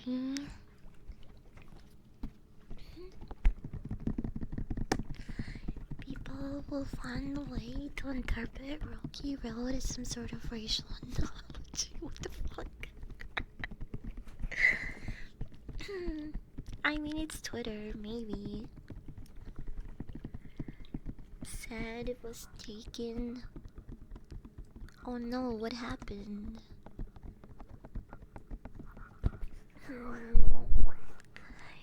Are you not taking any more? Did she... Did she take half of your possessions? I hope not. Never really get canceled. She's too hot. I don't think that's an excuse for anything. I don't. I don't think people really give a fuck about that. Sometimes. I mean, maybe there is like a handful of people that do care.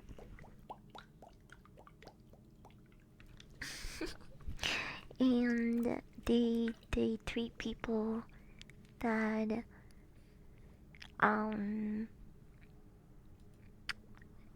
I got taken. Well, at least you didn't get touched.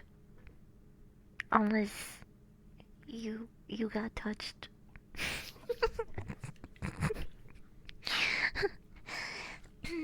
But yeah, there is definitely people that treat attractive people better. Yeah, pretty privilege does exist. But I don't think it it works on everyone. I oh, what? Okay, never mind. Okay, 6 degrees of Copenhagen. It's infinite degrees of race relations. Why are you guys so obsessed with race? With race topics today? Why are you guys racist maxing today? What's on your mind, chat? Are you just like, are you thinking about race mixing a lot today? I also, what is up with fucking dude? Anytime that I post, this is why I stay away from Instagram.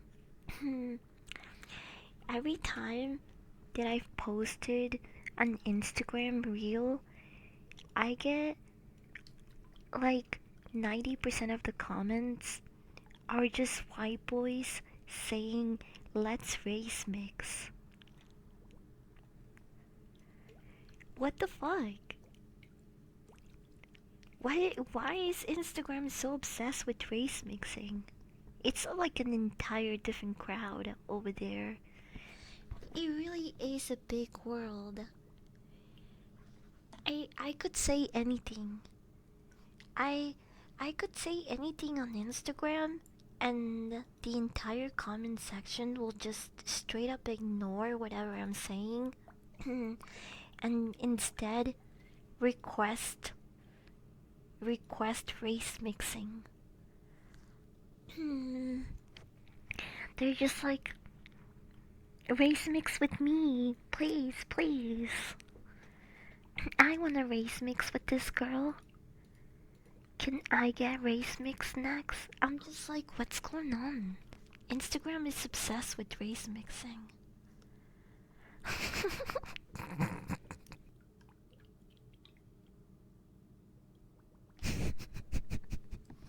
What the fuck are you guys saying? Yeah, race mix. Fucking emojis. Don't ever fucking type that shit in my chat again. Start bouncing on a gringo is crazy.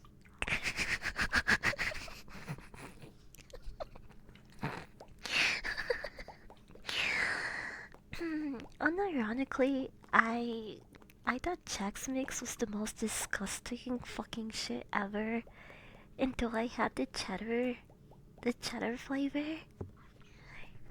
And then I changed my mind about them. I changed my mind about Chex Mix as a whole. I even eat the blue bag now. I used to hate the blue bag.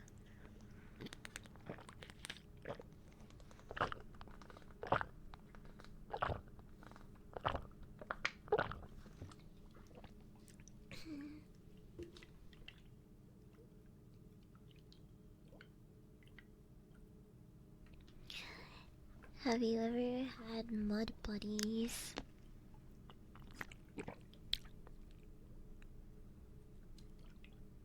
In Indian friends?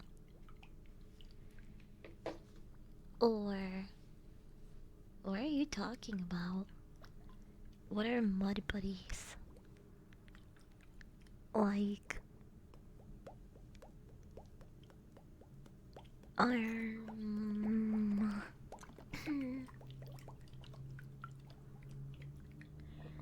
friends you wrestle in the mud with?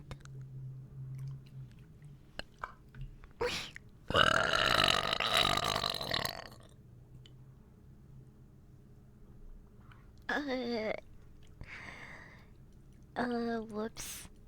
I I didn't see that one coming.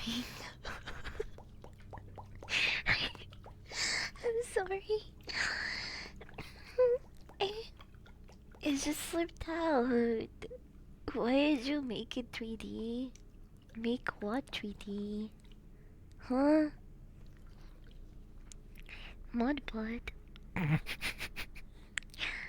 are delicious, basically Chex Mix, marshmallows, and chocolate.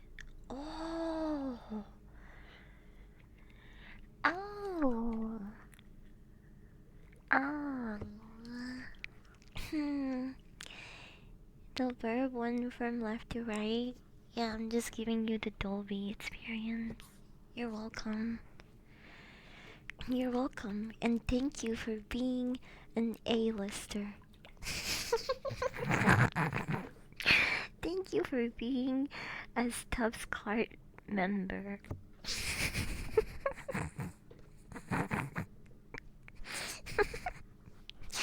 I fucking hate.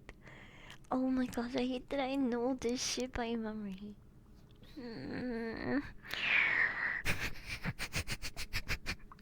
I hate the fucking Coca-Cola commercial that they always play at the beginning of the movies. Drinking Coca-Cola is not that fucking fun, okay? Like, yeah, it's great, okay? It's a nice cold Coke is sits really well with me, but it doesn't make me want to fucking break out into dancing. It's annoying as fuck. It's too long. Just let me fucking watch my movie and shut the fuck up. And also, they're like fucking showing us a happy couple. It, why does it need to be a fucking couple anyway? It could just be a random guy or a random girl or even like a fucking family enjoying a nice Coke. But no, it had to be a fucking couple at the movie theater while I'm there with my fucking chud roommate who I have absolutely fucking no romantic interest in, and it probably farts next to me. Like, I.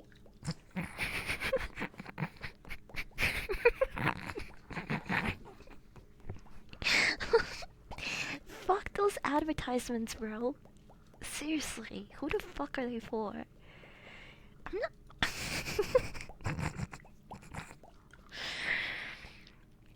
They should put the Coke back in. Yeah, they should.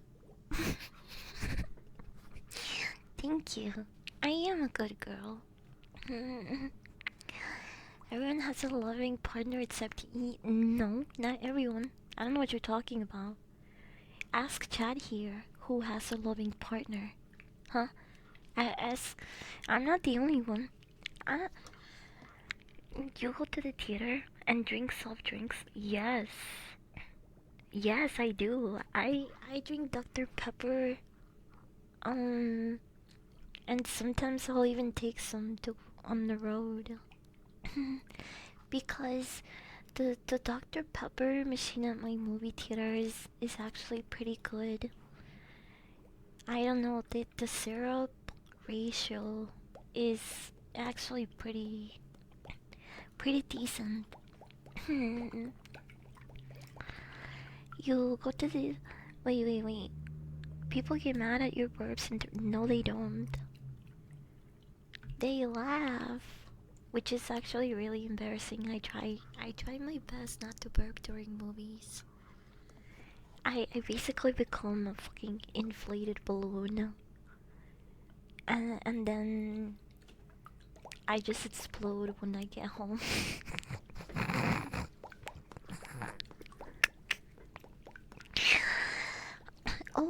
or in the movie theater bathroom stall.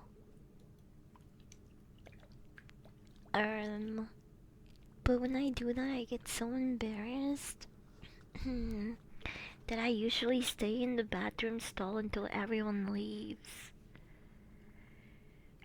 Because I don't want anyone looking at me in the eyes after I've released the poisonous gas that is going to kill us all.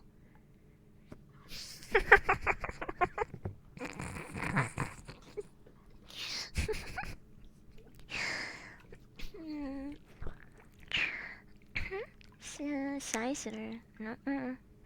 Me on my 6 foot carnivore plus enjoy your Coca-Cola at these theaters. Thank you very much.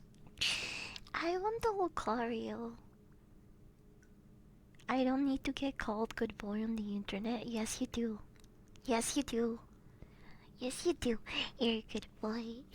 You love being called a good boy on the internet, don't you?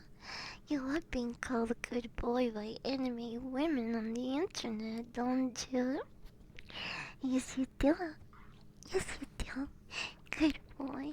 Good boy.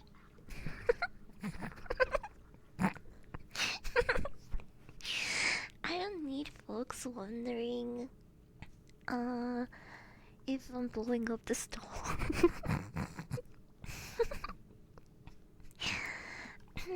Me. See? Good boys. What about good guys? Does that one hit? Or does that one do nothing to you? Who's my little good boy? Are you gonna eat your koi slop? Yes, you are.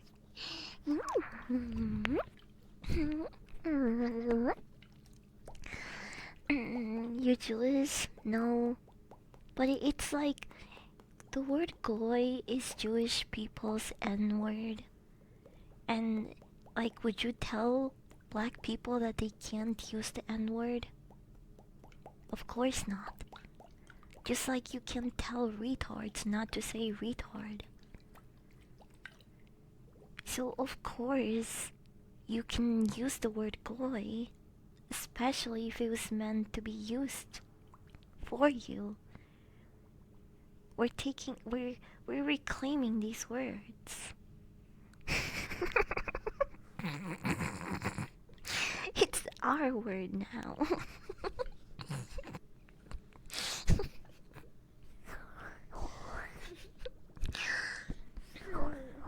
Okay, good. We're reclaiming the N word. I mean, if you're black, sure, why not? I don't got any business reclaiming it. Unless I want to pull a logic and then be like, look, chat, my dad is Mexican black. So I'm okay, right? I can use it in my raps. Okay, but it was actually really fucking annoying how Logic kept talking about his black dad because he really wanted to use the N-word in his songs. And that's not even the most annoying part about him, unfortunately. the, the most annoying part about Logic was the fact that he kept fucking baiting us and telling people, "Oh, this is gonna be my last album, you guys. I'm done making music after that." And then there was another fucking album after that, and another one, and another one. And this motherfucker kept using that. He literally said that like 3 fucking times. I'm gonna stop making music, everyone. This is my last one. I swear. I started fucking despising this motherfucker over it. I'm not gonna lie. I don't care how petty it is. I was like, bro, can you stop baiting us every fucking album with this, like, I'm gonna stop bullshit? Like, Holy shit, he's like baiting harder than OnlyFans girls. With these fucking lies and misinformation. I just hated it. It was so fucking annoying. Sorry about going on a logic rant here. But I used to really like his his earlier work. Um I even went to go see him live, so I really hated the fact that he kept baiting people with the this is the last one, you guys.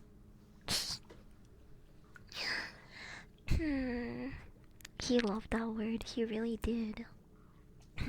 He really did.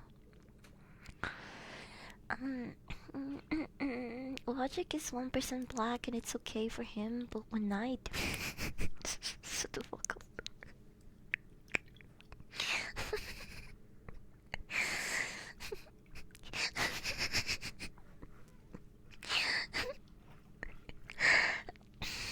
Hey, when I said you could be vulnerable around me, I didn't mean it. I didn't seriously mean it. I why didn't you let me? Why didn't you let me? keep keep thinking that no inches have been snipped away from you. I liked you better when I thought you were whole. I liked you better when I thought you were whole and untouched. And untouched on the penile flesh. I don't know what the fuck I'm saying. Okay. I don't know what the fuck I'm saying. I'm just gonna smoke my weed and continue with the triggers, cause like, w- what the fuck did I just say?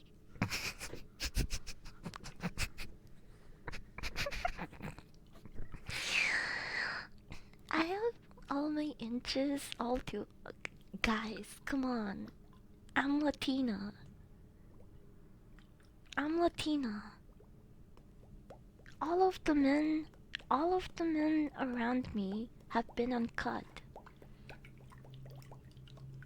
My dad, my uncle. I'm kidding. I'm kidding. I'm kidding. That was a joke. That was a joke. That was a joke. Okay, I'm smoking my weed. I'm smoking my weed. Okay, I'm smoking my weed. I'm gonna shut the fuck up. I'm shutting the fuck up. I am smoking my weed now. Cheers.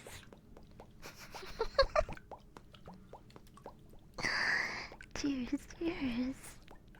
I think I'm on bongo. Where the fuck is my phone?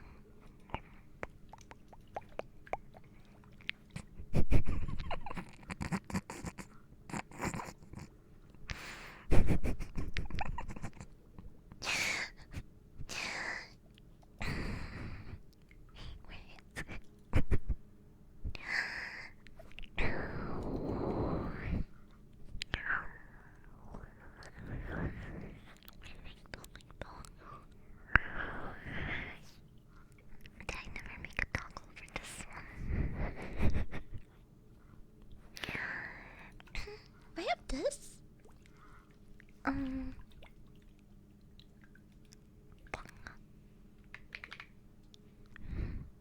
Oh, what? There's a ribbon acid. Wait, that's so cute. Okay, got my bong.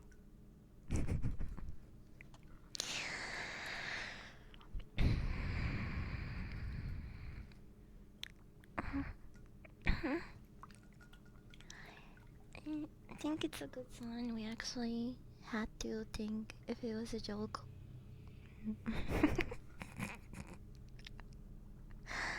What happened to my big bong? Why did it downgrade? I didn't downgrade. What are you talking about? My bong didn't shrink. It's doing fine. It has all the inches. Unlike some of you. Ooh. Okay, I'm sorry. I'll lay off. I'll lay off the penis jokes now. I'll just spoke like we now.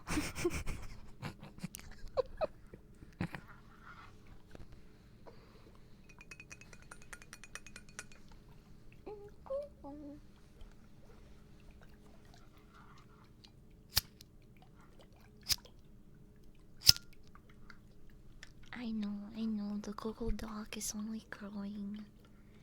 Yeah, I know.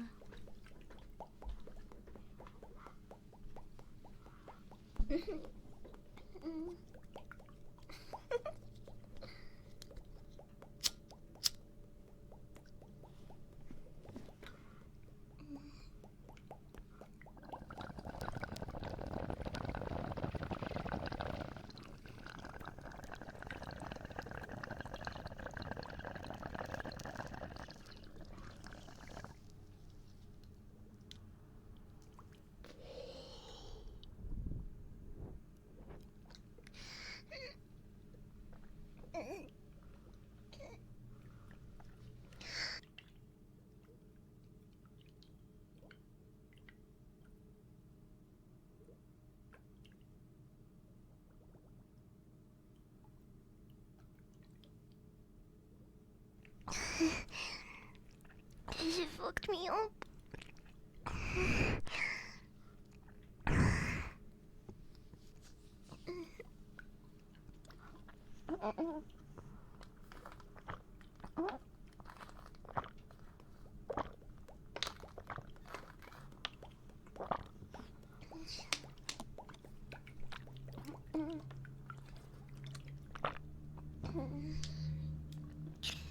What do you think they do with all the cut foreskins?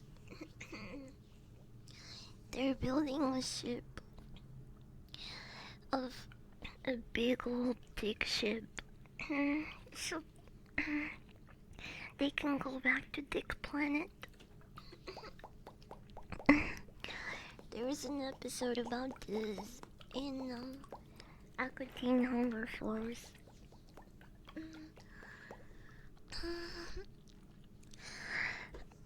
So I think that's what they're doing. They just haven't quite achieved it. So until they succeed, they'll keep on taking. They'll keep on taking foreskins.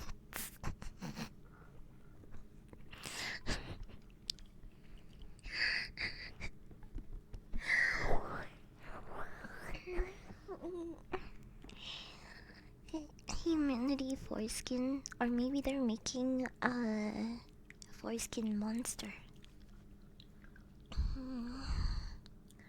Where do you think rubber bands come from? Um,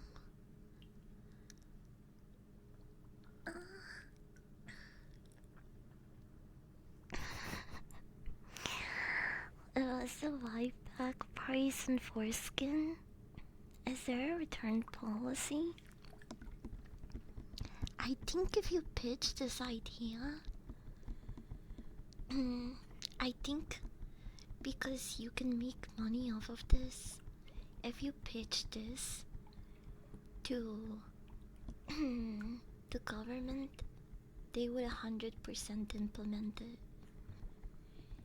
Like, yeah, you can get it back when you know, turn 18, and you have the money to pay to pay for it.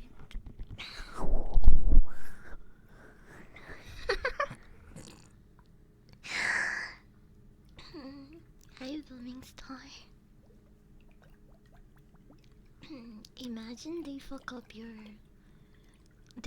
the order. Like they mix your foreskin in storage. So you can be like a white guy walking out with a black foreskin or a brown foreskin.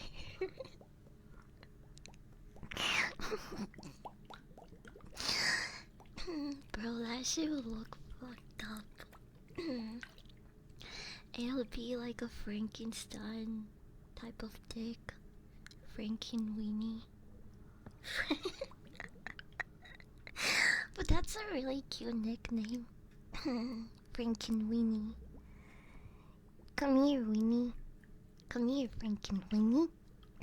Can I take your little Weenie for a walk? I'm sorry. Frankenweenie is a movie. Yeah, I know. Yeah, I I actually dressed up as Frankenweenie. Um, last Halloween, I think. Was it? Or was it the Halloween before that one? I don't remember.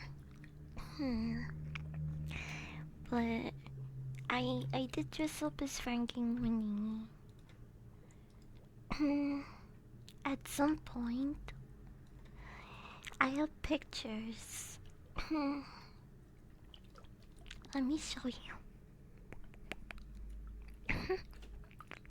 Okay. Do not click on the wrong screenshot. Don't click on the wrong screenshot. Don't click on the wrong screenshot. Don't click on the wrong screenshot. Do not. You're glitch. It's okay.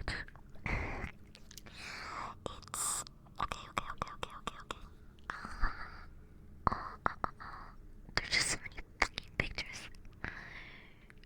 I'm trying so hard not to click.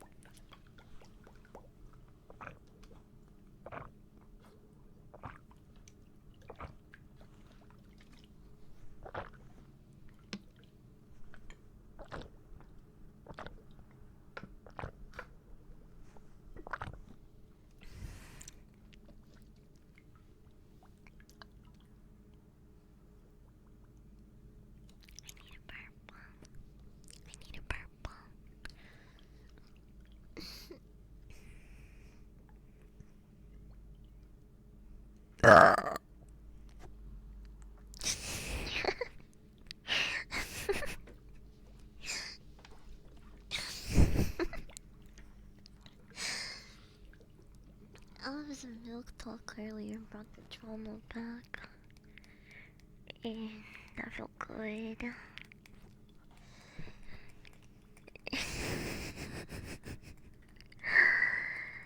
Can a dog burp a little? Can a bitch burp a little? A little bit of a lot.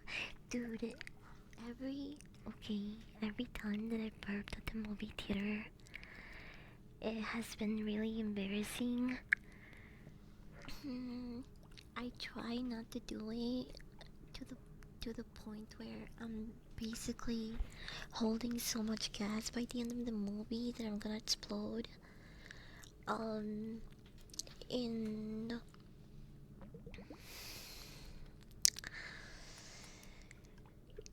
I remember, I think my most embarrassing burp.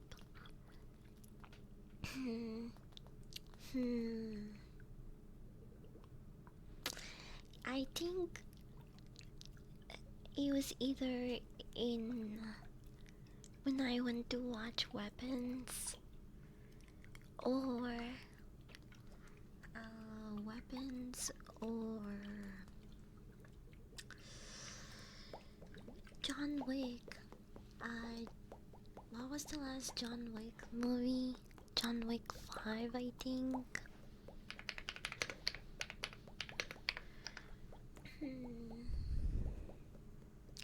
Oh no, it's John Wick 4.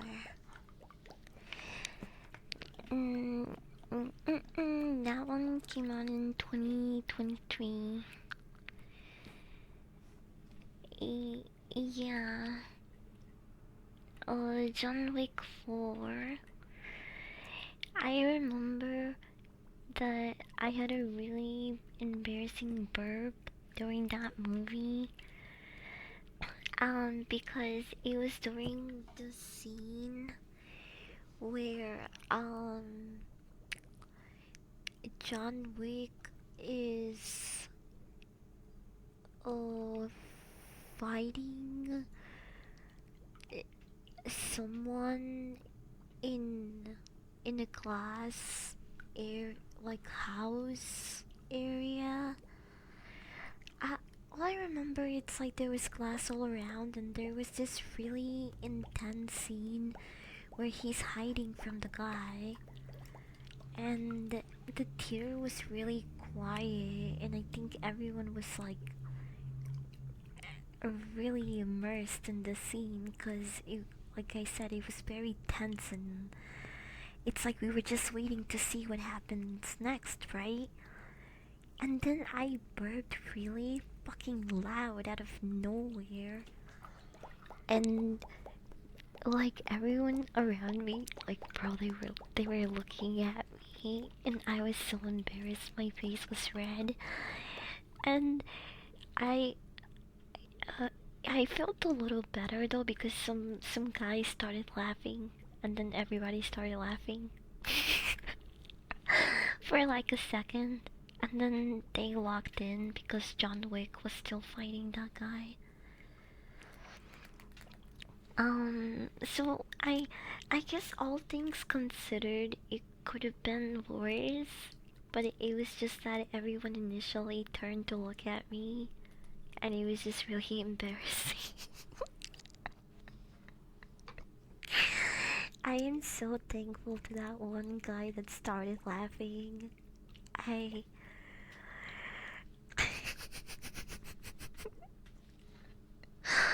um and the other one was in Weapons. The theater was really packed, and again, it was in one of those scenes where it's like really quiet, and because I burped in the theaters, but like during really really loud parts of the movie, right? When no one can hear you.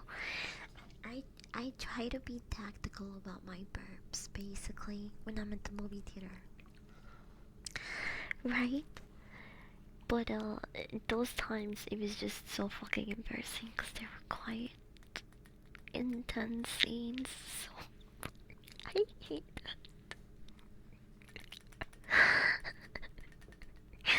I'm the master of burps, okay?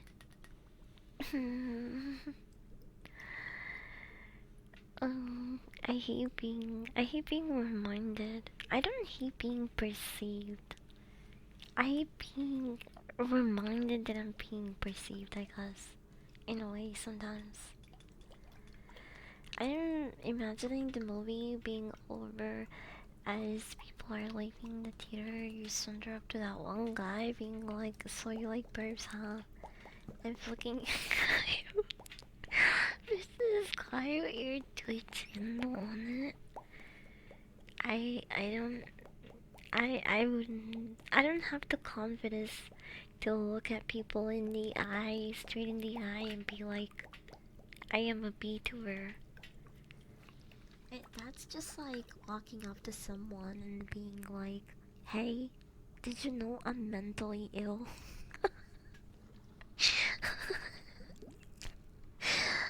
So, I wouldn't really do that. And my brother crashed out about a makeup commercial out loud at the movie theater forever ago. When movie theaters were popping, made the place laugh. I wanted to leave so bad.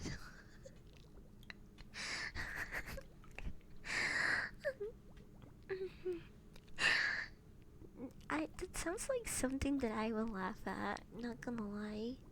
I don't mind when people are like being loud in the theater or they're commentating on things as long as it's not during the actual movie.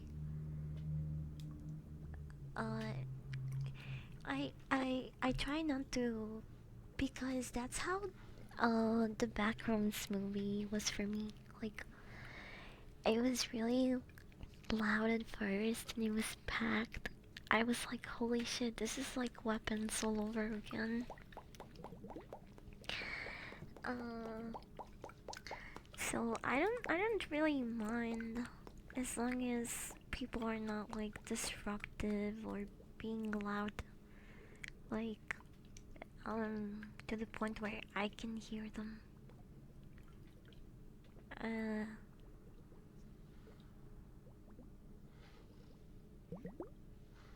if someone is like, it is very rare though that someone is disruptive or loud in the theater.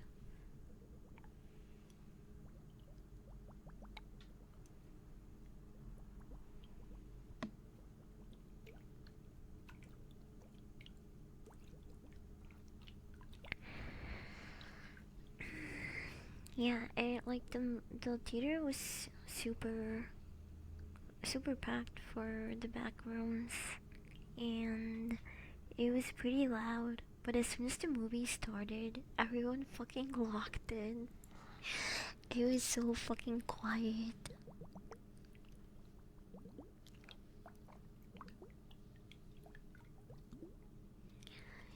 I really like the Backrooms movie.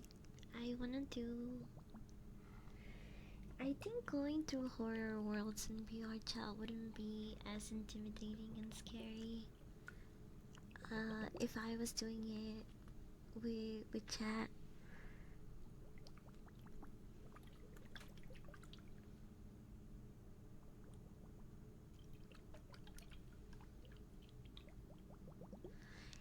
I don't go to the movies. Someone got pissed that I wouldn't stop talking. Granted, they had a point. Yeah, I am definitely one of those people that if like you're talking throughout the movie, I'm gonna be like, hey, can you be quiet?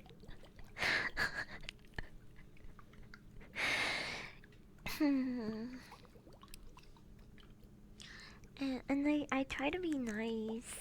I've only ever had to tell someone to like shut up with the Latina tone. I've only have to do that once in the movie theater. And I go to the little theater, I would say now, especially now, pretty often. So I don't know, I hear a lot of stories about people uh being around other really loud people during the movies. And it's hard for me to picture that, I guess. But I can definitely see people doing that.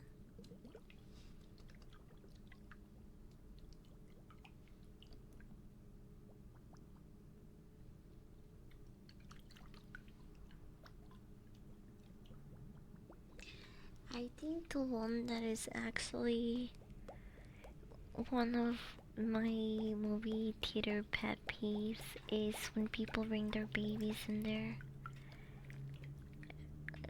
I understand parents still deserve to go out and enjoy things, like do things once in a while, but like, can they find someone or just wait for the like?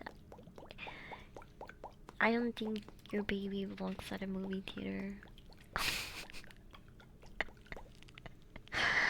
I don't think a baby is an appropriate an an appropriate person, human being thing to. Yeah, I'm kidding. But you know what I mean. Like you can't control. The baby doesn't understand what's going on. Like, why are you bringing it to a fucking movie theater if there's a chance that it might cry for attention or food or, you know, like. eh, I don't think there's a movie that's like uh like that warrants you bringing a baby to the theater, that it's urgent for you to watch, basically. Yeah. Hi, hamburger.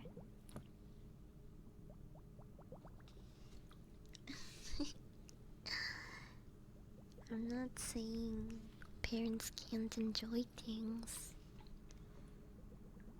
but that some people need to be a little bit um more aware of their surroundings.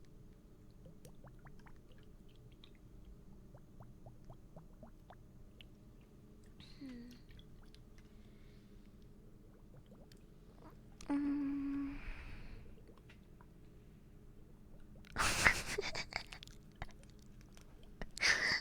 Mesh? What the fuck is mesh? I don't know what that is, you're right. I am an uncultured swan. I am a piece of shit. I should just. they they can enjoy changing diapers.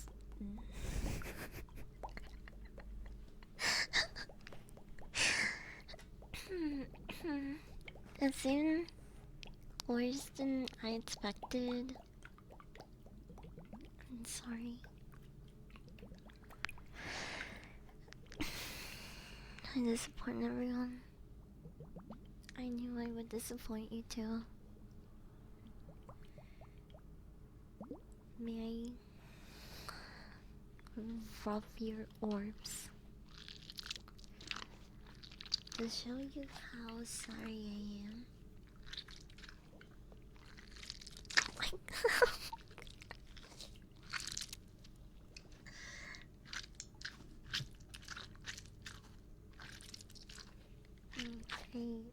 I'm getting a little hungry. Speaking of squishing balls,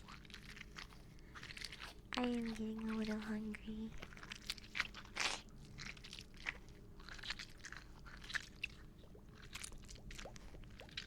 I don't know what I'm gonna eat today.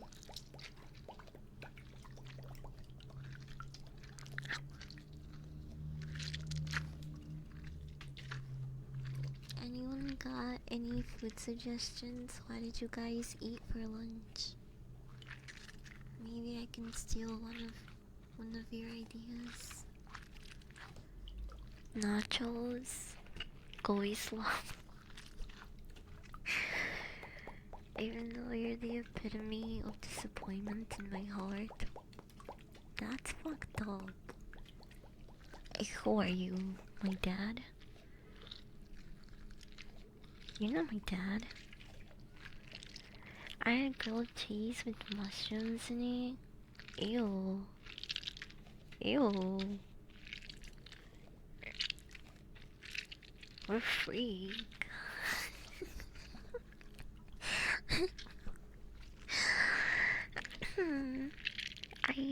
I knew. Ow! I knew that you guys were like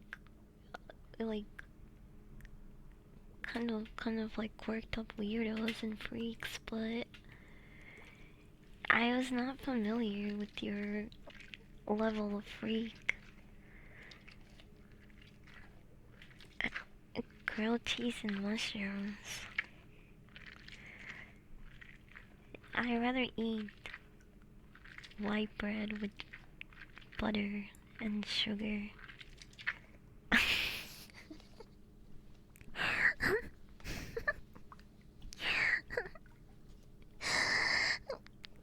It was hi Dingo. Dingo. D-I-N-G-O. D-I-N-G-O. D-I-N-G-O. Dingo, what's his name? What's wrong? Huh? Okay. Smash burgers. Campfires too. That sounds good. I'm probably gonna end up eating goey slop. I'm probably gonna end up eating goey slop. We are sane and normal. Yeah. Wait, my ball! My ball finally dropped. Are you guys happy for me?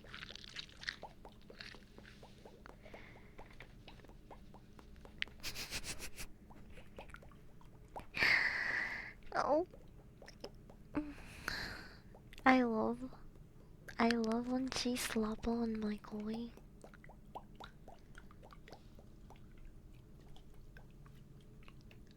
What the fuck are you saying, bro?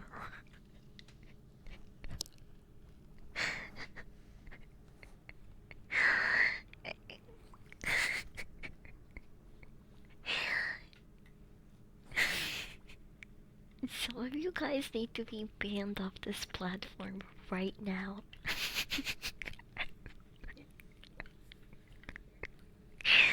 For the safety of the streamers, bro.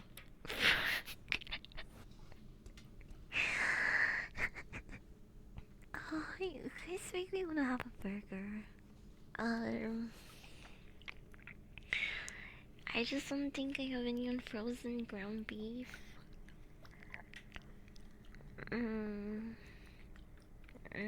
I don't wanna go to the market. But I can also use the microwave, right? People use the microwave to defrost ground beef. It should be fine.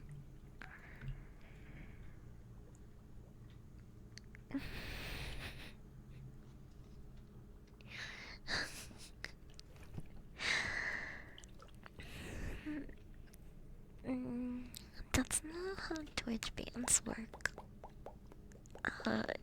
Yes it is. Excuse me.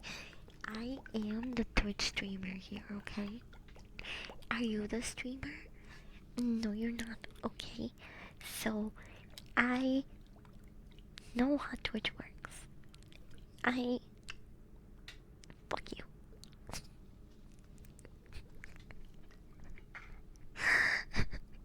Don't Twitch blame to me. Don't Twitch blame to me, motherfucker. I I did not do anything. What do you mean burn the house down? The fuck? Are you minority reporting me? And I don't mean that in a racial way, but are you saying that I'm going to commit a crime that I'm not aware of? Therefore, I'm just stoned. My.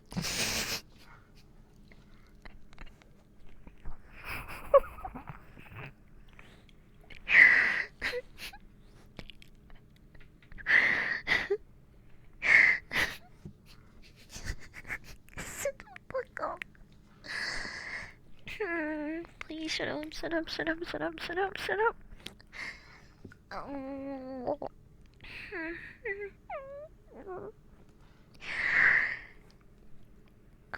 I never continued talking about Minority Report, by the way. Uh,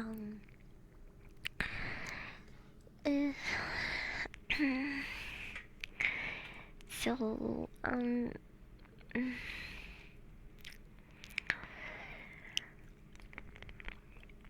alright. John gets a ball that says that he's going to commit a crime and kill some guy that he's never seen or heard of before. And he was like, what? This is some bullshit. Like, how can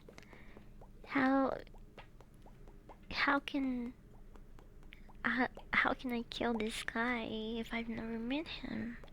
That's a load of baloney.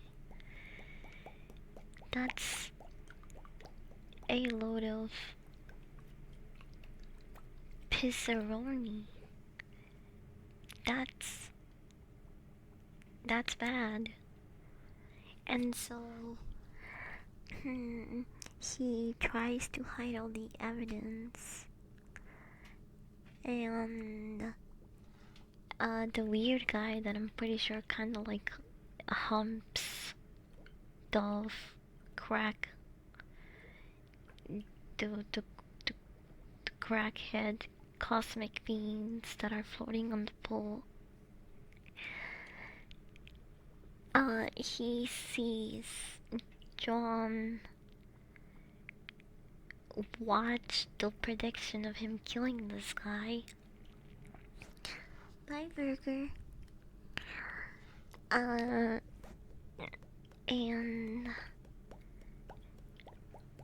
the fucking lab-coated weirdo tells John that he likes him.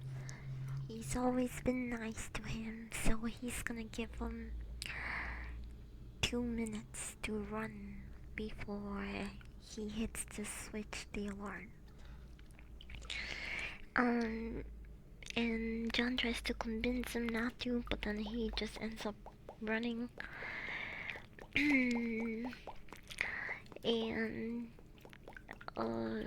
this is when John begins his on the run arc. He ends up getting. He ends up going on this crazy chase where the police with jetpacks just run through a bunch of houses and break shit. Also, there is a part of the chase where John hits one of the cops, like on the neck or head with the baton, and the cop projectile pukes all over the place. I don't know why they put that in there. I just thought it was really funny for him to do that in the middle of the chase.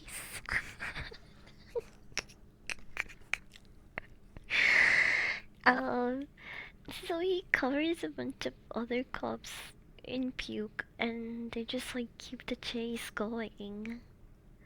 They run through like some foreign family's apartment, and they end up in some like a little black kid's bedroom, and he's practicing playing the saxophone. And then they lose John at a Lexus car factory. At a Lexus car factory, and it seems that he basically it looks like he's basically going to be pressed down to death by this machine, but somehow he ends up inside of the car. Absolutely makes no fucking sense. But whatever, it's funny, it keeps the plot moving. And then David and the other agents are just looking at him like, fuck, bro. How is this fucker still alive? And David runs after him. Because this dude is so fucking dedicated, man. Like, I honestly at first thought that the real antagonist, uh, like the guy behind most of the bad shit that was happening to John, I thought that was because of David. The guy that, Colin Farrell plays. I thought this dude was just like one of those people that care way too much about their job and like get really competitive about it. So I thought he was just trying to get rid of John, kind of like take his job, and it was just this really petty government guy. But I was wrong. David did nothing wrong. I mean, he was a bit of a stickler. He was a bit of a stickler. But he wasn't the villain of the story. David was actually a pretty reasonable guy once he started noticing that things didn't make sense and putting the pieces together. He as soon as the light bulb on his head lit up, this dude got fucking shot. And actually, up until that point, I thought, hey, maybe David is really heavily involved, but no, he had nothing to do with all of the fucked up things that had been happening to John. Also, did that old woman just want to randomly kiss Tom Cruise? Because what the fuck was that scene? What was the point of that? Bro, okay, so let me give you context. While John is on a run, from his ex workplace, he reaches to he finds the old woman that established the company, right? And he's trying to get information out of her and kind of understand the precogs, the all-knowing crack babies, and it's just trying to make sense of the entire thing because he's still in denial and sure that he wouldn't commit that crime, that he wouldn't kill this guy. Um, and so the woman reveals to him that there are rare cases, but it does happen. Where one of the cogs, I don't fucking know, one of the crack babies could be seeing a vision from an alternate reality. So this makes John aware of the fact that the system he trusted so much and he thought it was, well, he was sure that it was 100% accurate. It was not really that, and if there were, um, you know, two different visions, um, the extra one, it, they basically make a report on it, but also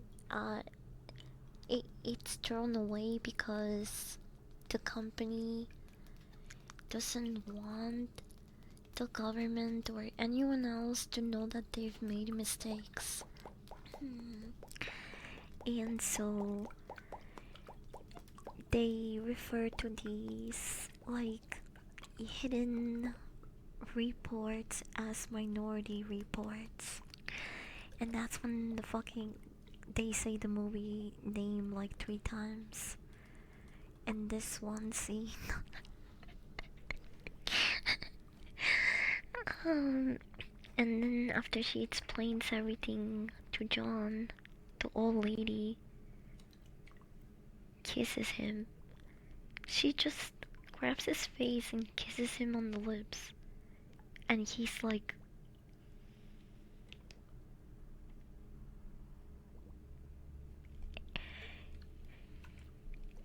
and that's the scene. What the fuck? Why did she kiss him? I don't know. It was just so it was just so out of place. I didn't want to see an old lady kiss Tom Cruise.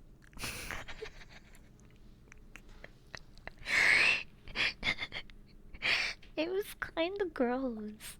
I was just like, I think we could have done fine without that scene. It just served no purpose. Why did she do that?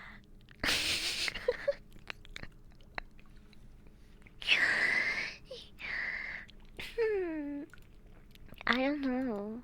Maybe she was trying to groom him. I really don't understand it.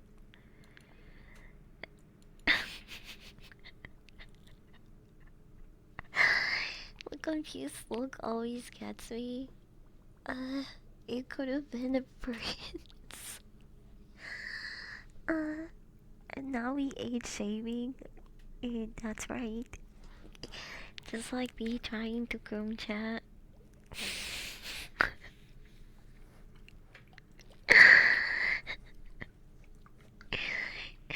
I'm just like that old lady.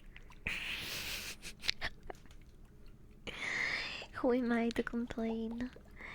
Was she not doing a Frito? What is that? Minority Report was actually supposed to be a sequel to Total Recall, with Arnold set to reprise his role, but then the studio in charge went bankrupt and the movie was reworked to be a standalone film. What? That's crazy. I'm glad they didn't do that. I think I love Arnold, but I think Tom Cruise and Colin Farrell did a really good job. I like them.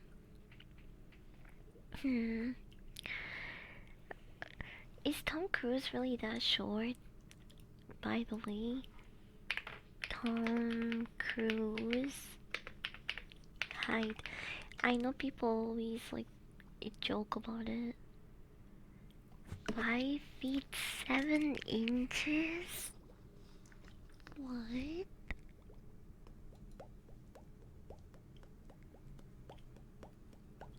I mean, that's not like super short. That's yeah, that's average actually. I mean, I feel like maybe it's short for men, but it's not like. I mean, this to me this is tall already because I'm 5 foot. So if you're 5'7", I'm still like I'm still gonna have to look up at you.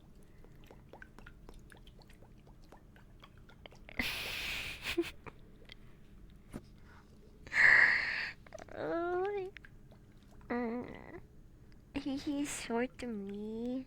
Yeah. I.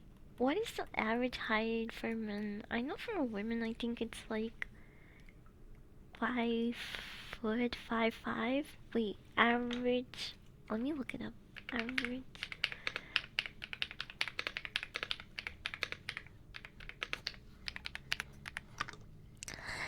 Okay, in the United States, the average adult male is 5 feet 9 inches, while the average adult female is about 5 feet 3.5.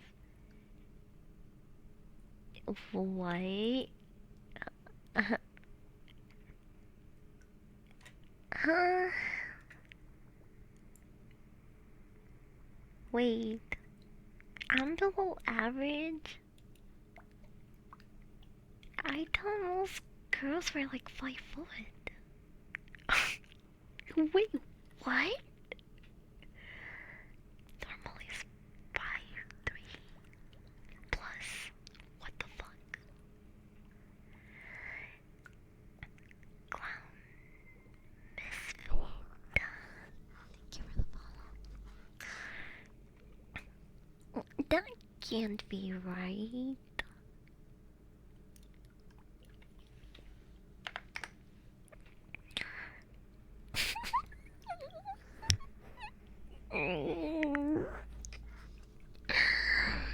I'm considered below average. Bro, story of my life. I'm below average on everything. What the fuck?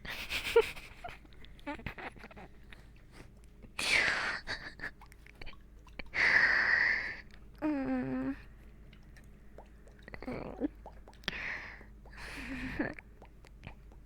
Oh, right. Okay, anyway, so he gets kissed, he gets touched by the old woman, and then, Tom Cruise goes to a fucking shady back alley. Um, I think maybe Russian, or he had a Russian assistant. I don't know, some fucking, loony doctor, and he gets his eyes replaced with a different pair because in this futuristic society they have tiny little freaking sperm looking robots that that scout all over the place for you when they scan your eyes, no matter how much you try to cover them or whatever, they like literally fucking pry them open. So, in this fucking timeline, um, y- you are usually not on the run for very long because your eyes could be scanned anytime by anything, and even covering them again doesn't really solve it because if they can sense your body heat, they will go after you. um. Anyway, so he gets his um his I think he used to have blue eyes actually in the movie. I don't know what his natural Tom Cruise's natural eye color is, but in the movie he goes from blue to brown or darker eyes. Um and also the scene where he's just like in the house alone recovering is really gross because I think he drinks like fluid where they kept ice, and he also tries to eat a sandwich that they left for him to eat, but he ends up grabbing moldy food instead and takes a bite out of that. What are you chatting about? I'm talking about a Minority Report. Isn't he in the bathtub with bandages on his face? Yep. Eh. And they still scan him. He still ends up getting scanned. Um I don't think he went blind from that eye though. Because the doctor was telling him if you take the bandages off in less than 12 hours, you will go blind. And the robot pretty much like pried his eye open to scan him. So I thought he was gonna go blind, but I don't think so. I don't think that's what happened. Um. Anyway, he gets a new pair of eyes. He goes back to the facility that he used to work at, and he steals Agatha, the most powerful crack baby. And he's like, Agatha, I need your help. I need to understand and see what happens because there is no way that I'm killing this guy. I wouldn't do that. Blah blah blah. And then he takes Agatha to some sort of like back alley hacker that works at a club where they hook people up into a computer and they can make any scenario or fantasy come to life. So there's like people just fucking getting sucked off until death, or having crazy orgies, or simulating killing someone. Even because John used to be a cop, but now he's on the run, right? When he arrives, the club owner, the hacker guy, he turns a client down that was there to simulate killing his boss a bunch of times. He was offering him money. He's like, I really need to come in here and kill my boss, man.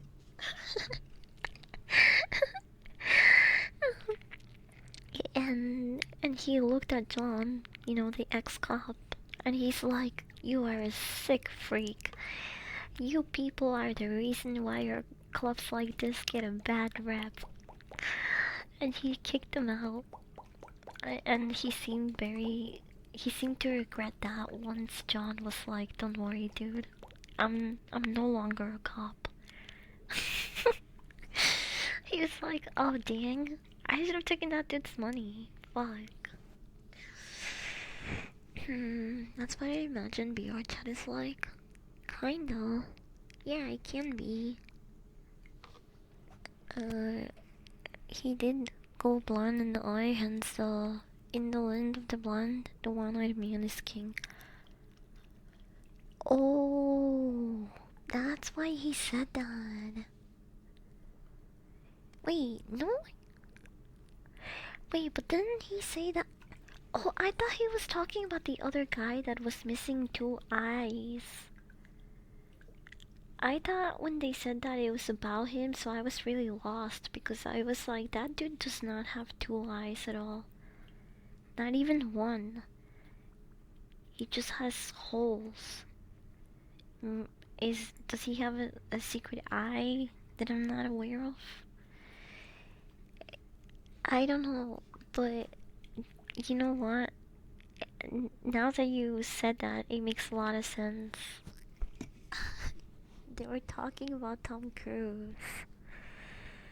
Of course they were. Anyway, the hacker guy plugs Agatha into the machine so they can see the vision again. And it takes them to a man's apartment. So Tom Cruise, he heads there with the crack baby, who she freaks out over every little thing, by the way. I feel bad for her. There is a scene when Tom Cruise is fighting the guy that he was supposed to kill in the vision. That he's fighting him at the hotel room, and Agatha is behind him, just convulsing and crying.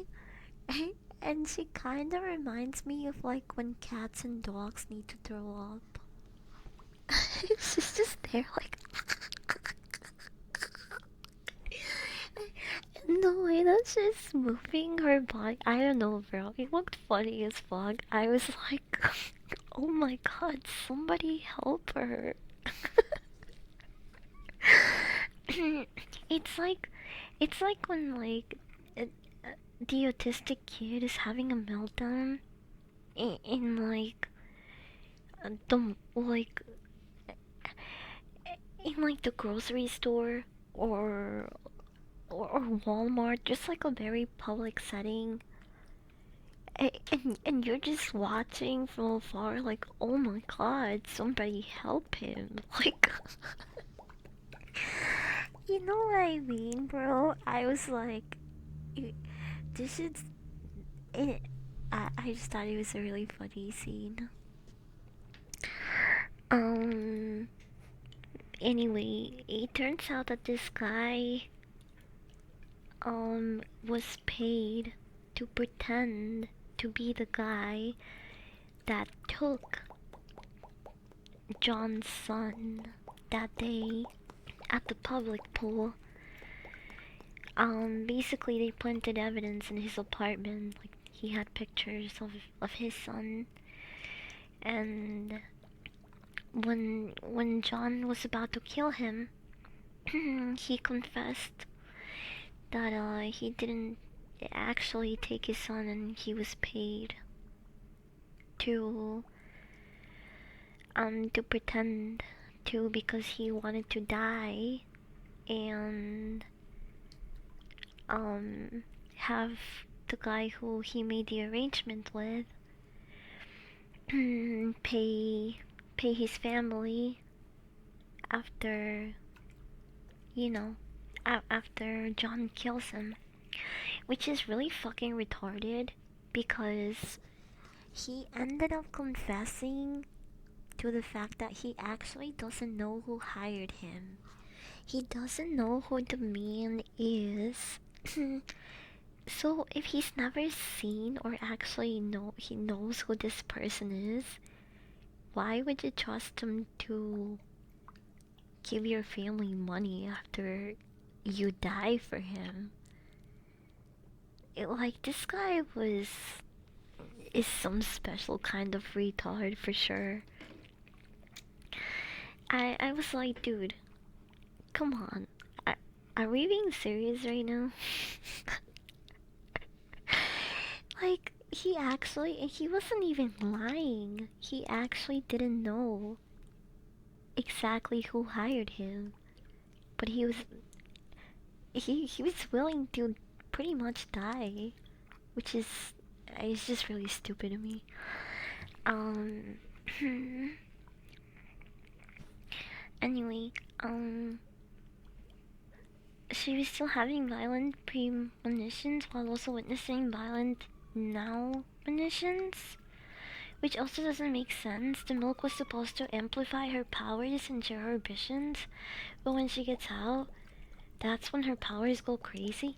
Yeah, I, yeah, I also thought that part was kind of silly. Because, oh wait, okay, we're near the end, kinda. I'm gonna speed run through it, okay? But at the end, they basically had all the crack babies go live a peaceful life in the middle of nowhere in a cabin, and I thought that was kind of silly. I feel like they need rehabilitation. I don't think it's healthy for them to just be on their own in the forest in like a cabin. I was like, that shit kind of sucks. And yeah, why is it the fact that they needed all of that equipment to see the visions better, but they couldn't live a normal life among society? Like, it kind of doesn't make sense to me. But whatever. It's not all answers have to be. Not all questions have to be answered. For a movie to be good, I really enjoyed it. Um, I would rate it uh a 3.5. Hmm. I'm gonna actually review it right now. Hold on.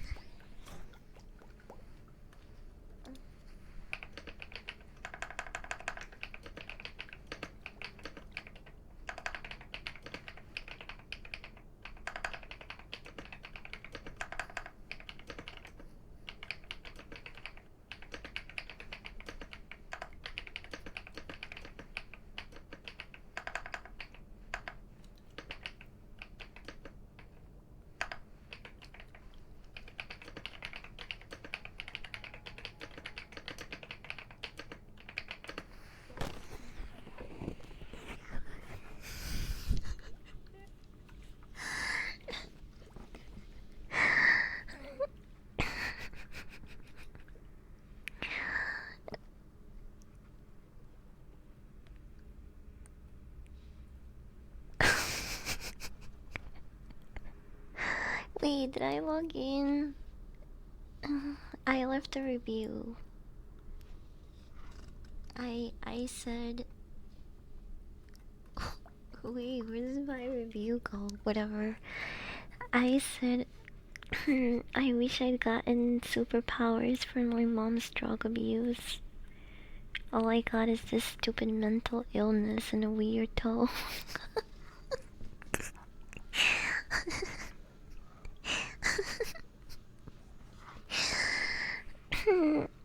So, I think Minority Report is a really good movie. If you guys haven't watched it, I do highly recommend it.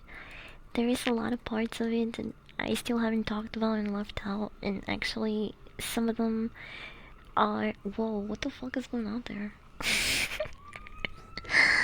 um, Actually, I left out a lot of stuff when I think about it, so if what I talked about interested you and you want to check out the film, I highly recommend it.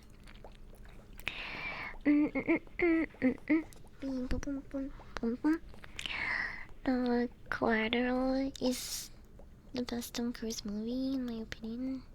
I don't think I've seen it. I don't think I've seen it. There's a lot of movies I haven't seen. Maybe I should put it on my watch list. Rain Man. Dude, oh my god, there's so many Tom Cruise movies. What the fuck? Wait,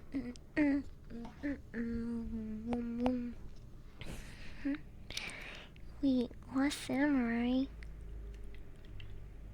Was Tom Cruise the Last Samurai in 2003? What the fuck? Wait, what? He looks... I don't know, he looks so different in this picture. So I'm gonna watch this where Loki doesn't catch me. I liked it. I do wanna see its bad cousin. I wanna see Mercy. But also I kinda don't. So maybe eventually I'll get to that. I'm surprised The Last Samurai with Tom Cruise actually has a 3.8 in Letterboxd. That's actually a really good rating, bro. What the fuck? Is it actually good? I've heard a lot of mixed things about this movie.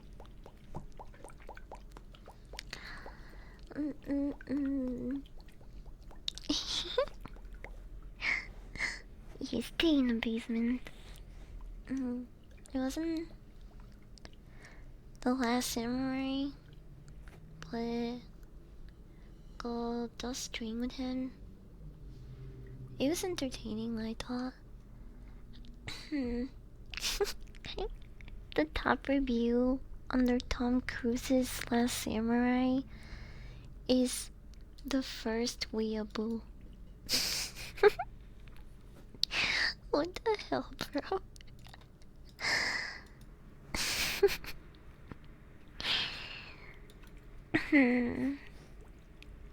Kajin's strongest weeaboo. Tom Cruise.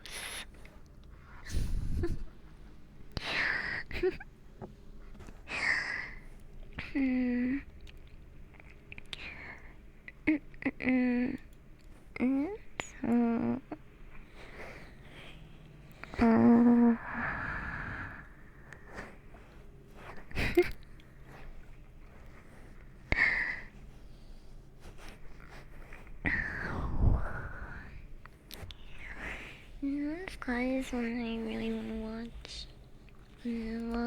Sky.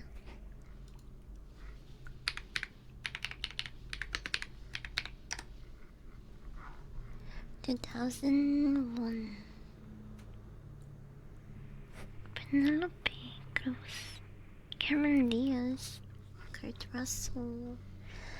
David Alms has it all. Wealth, good looks, gorgeous women on his arm.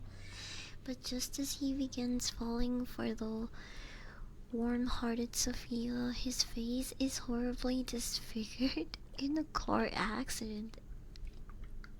Oh damn. That's just the beginning of his troubles, as the lines between illusion and reality, between life and death, are blurred. Oh. That is an interesting movie. He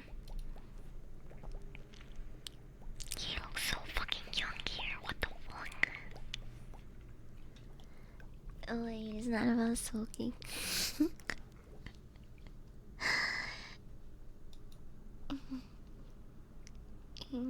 2001. Conan O'Brien is here? What the fuck is Conan doing here?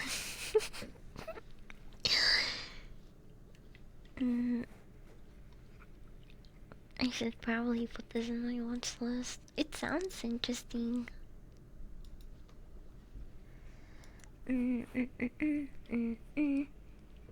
Okay.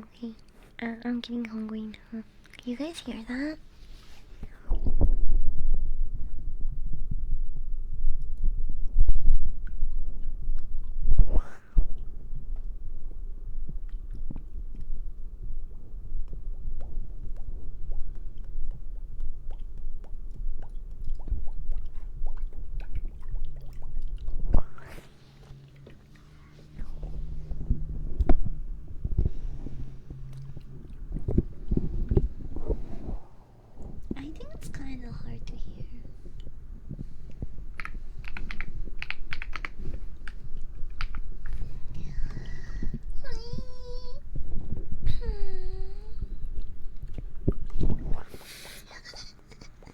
to look up. I'm gonna try to speedrun one more hit, okay?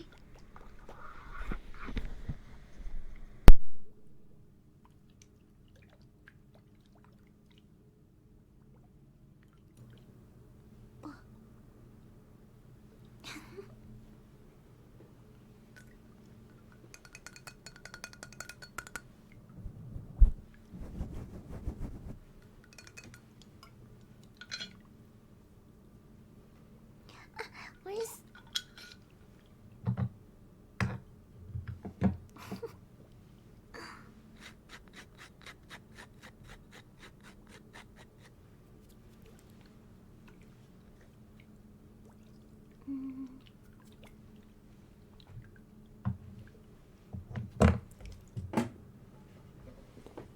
Wait. Where'd it go?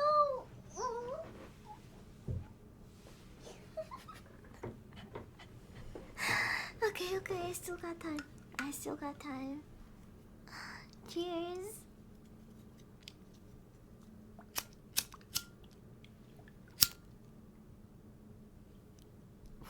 What the hell?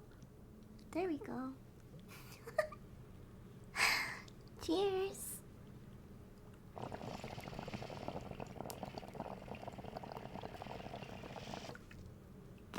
What the fuck? What? It was so soon. I didn't even get to say bye. What the fuck?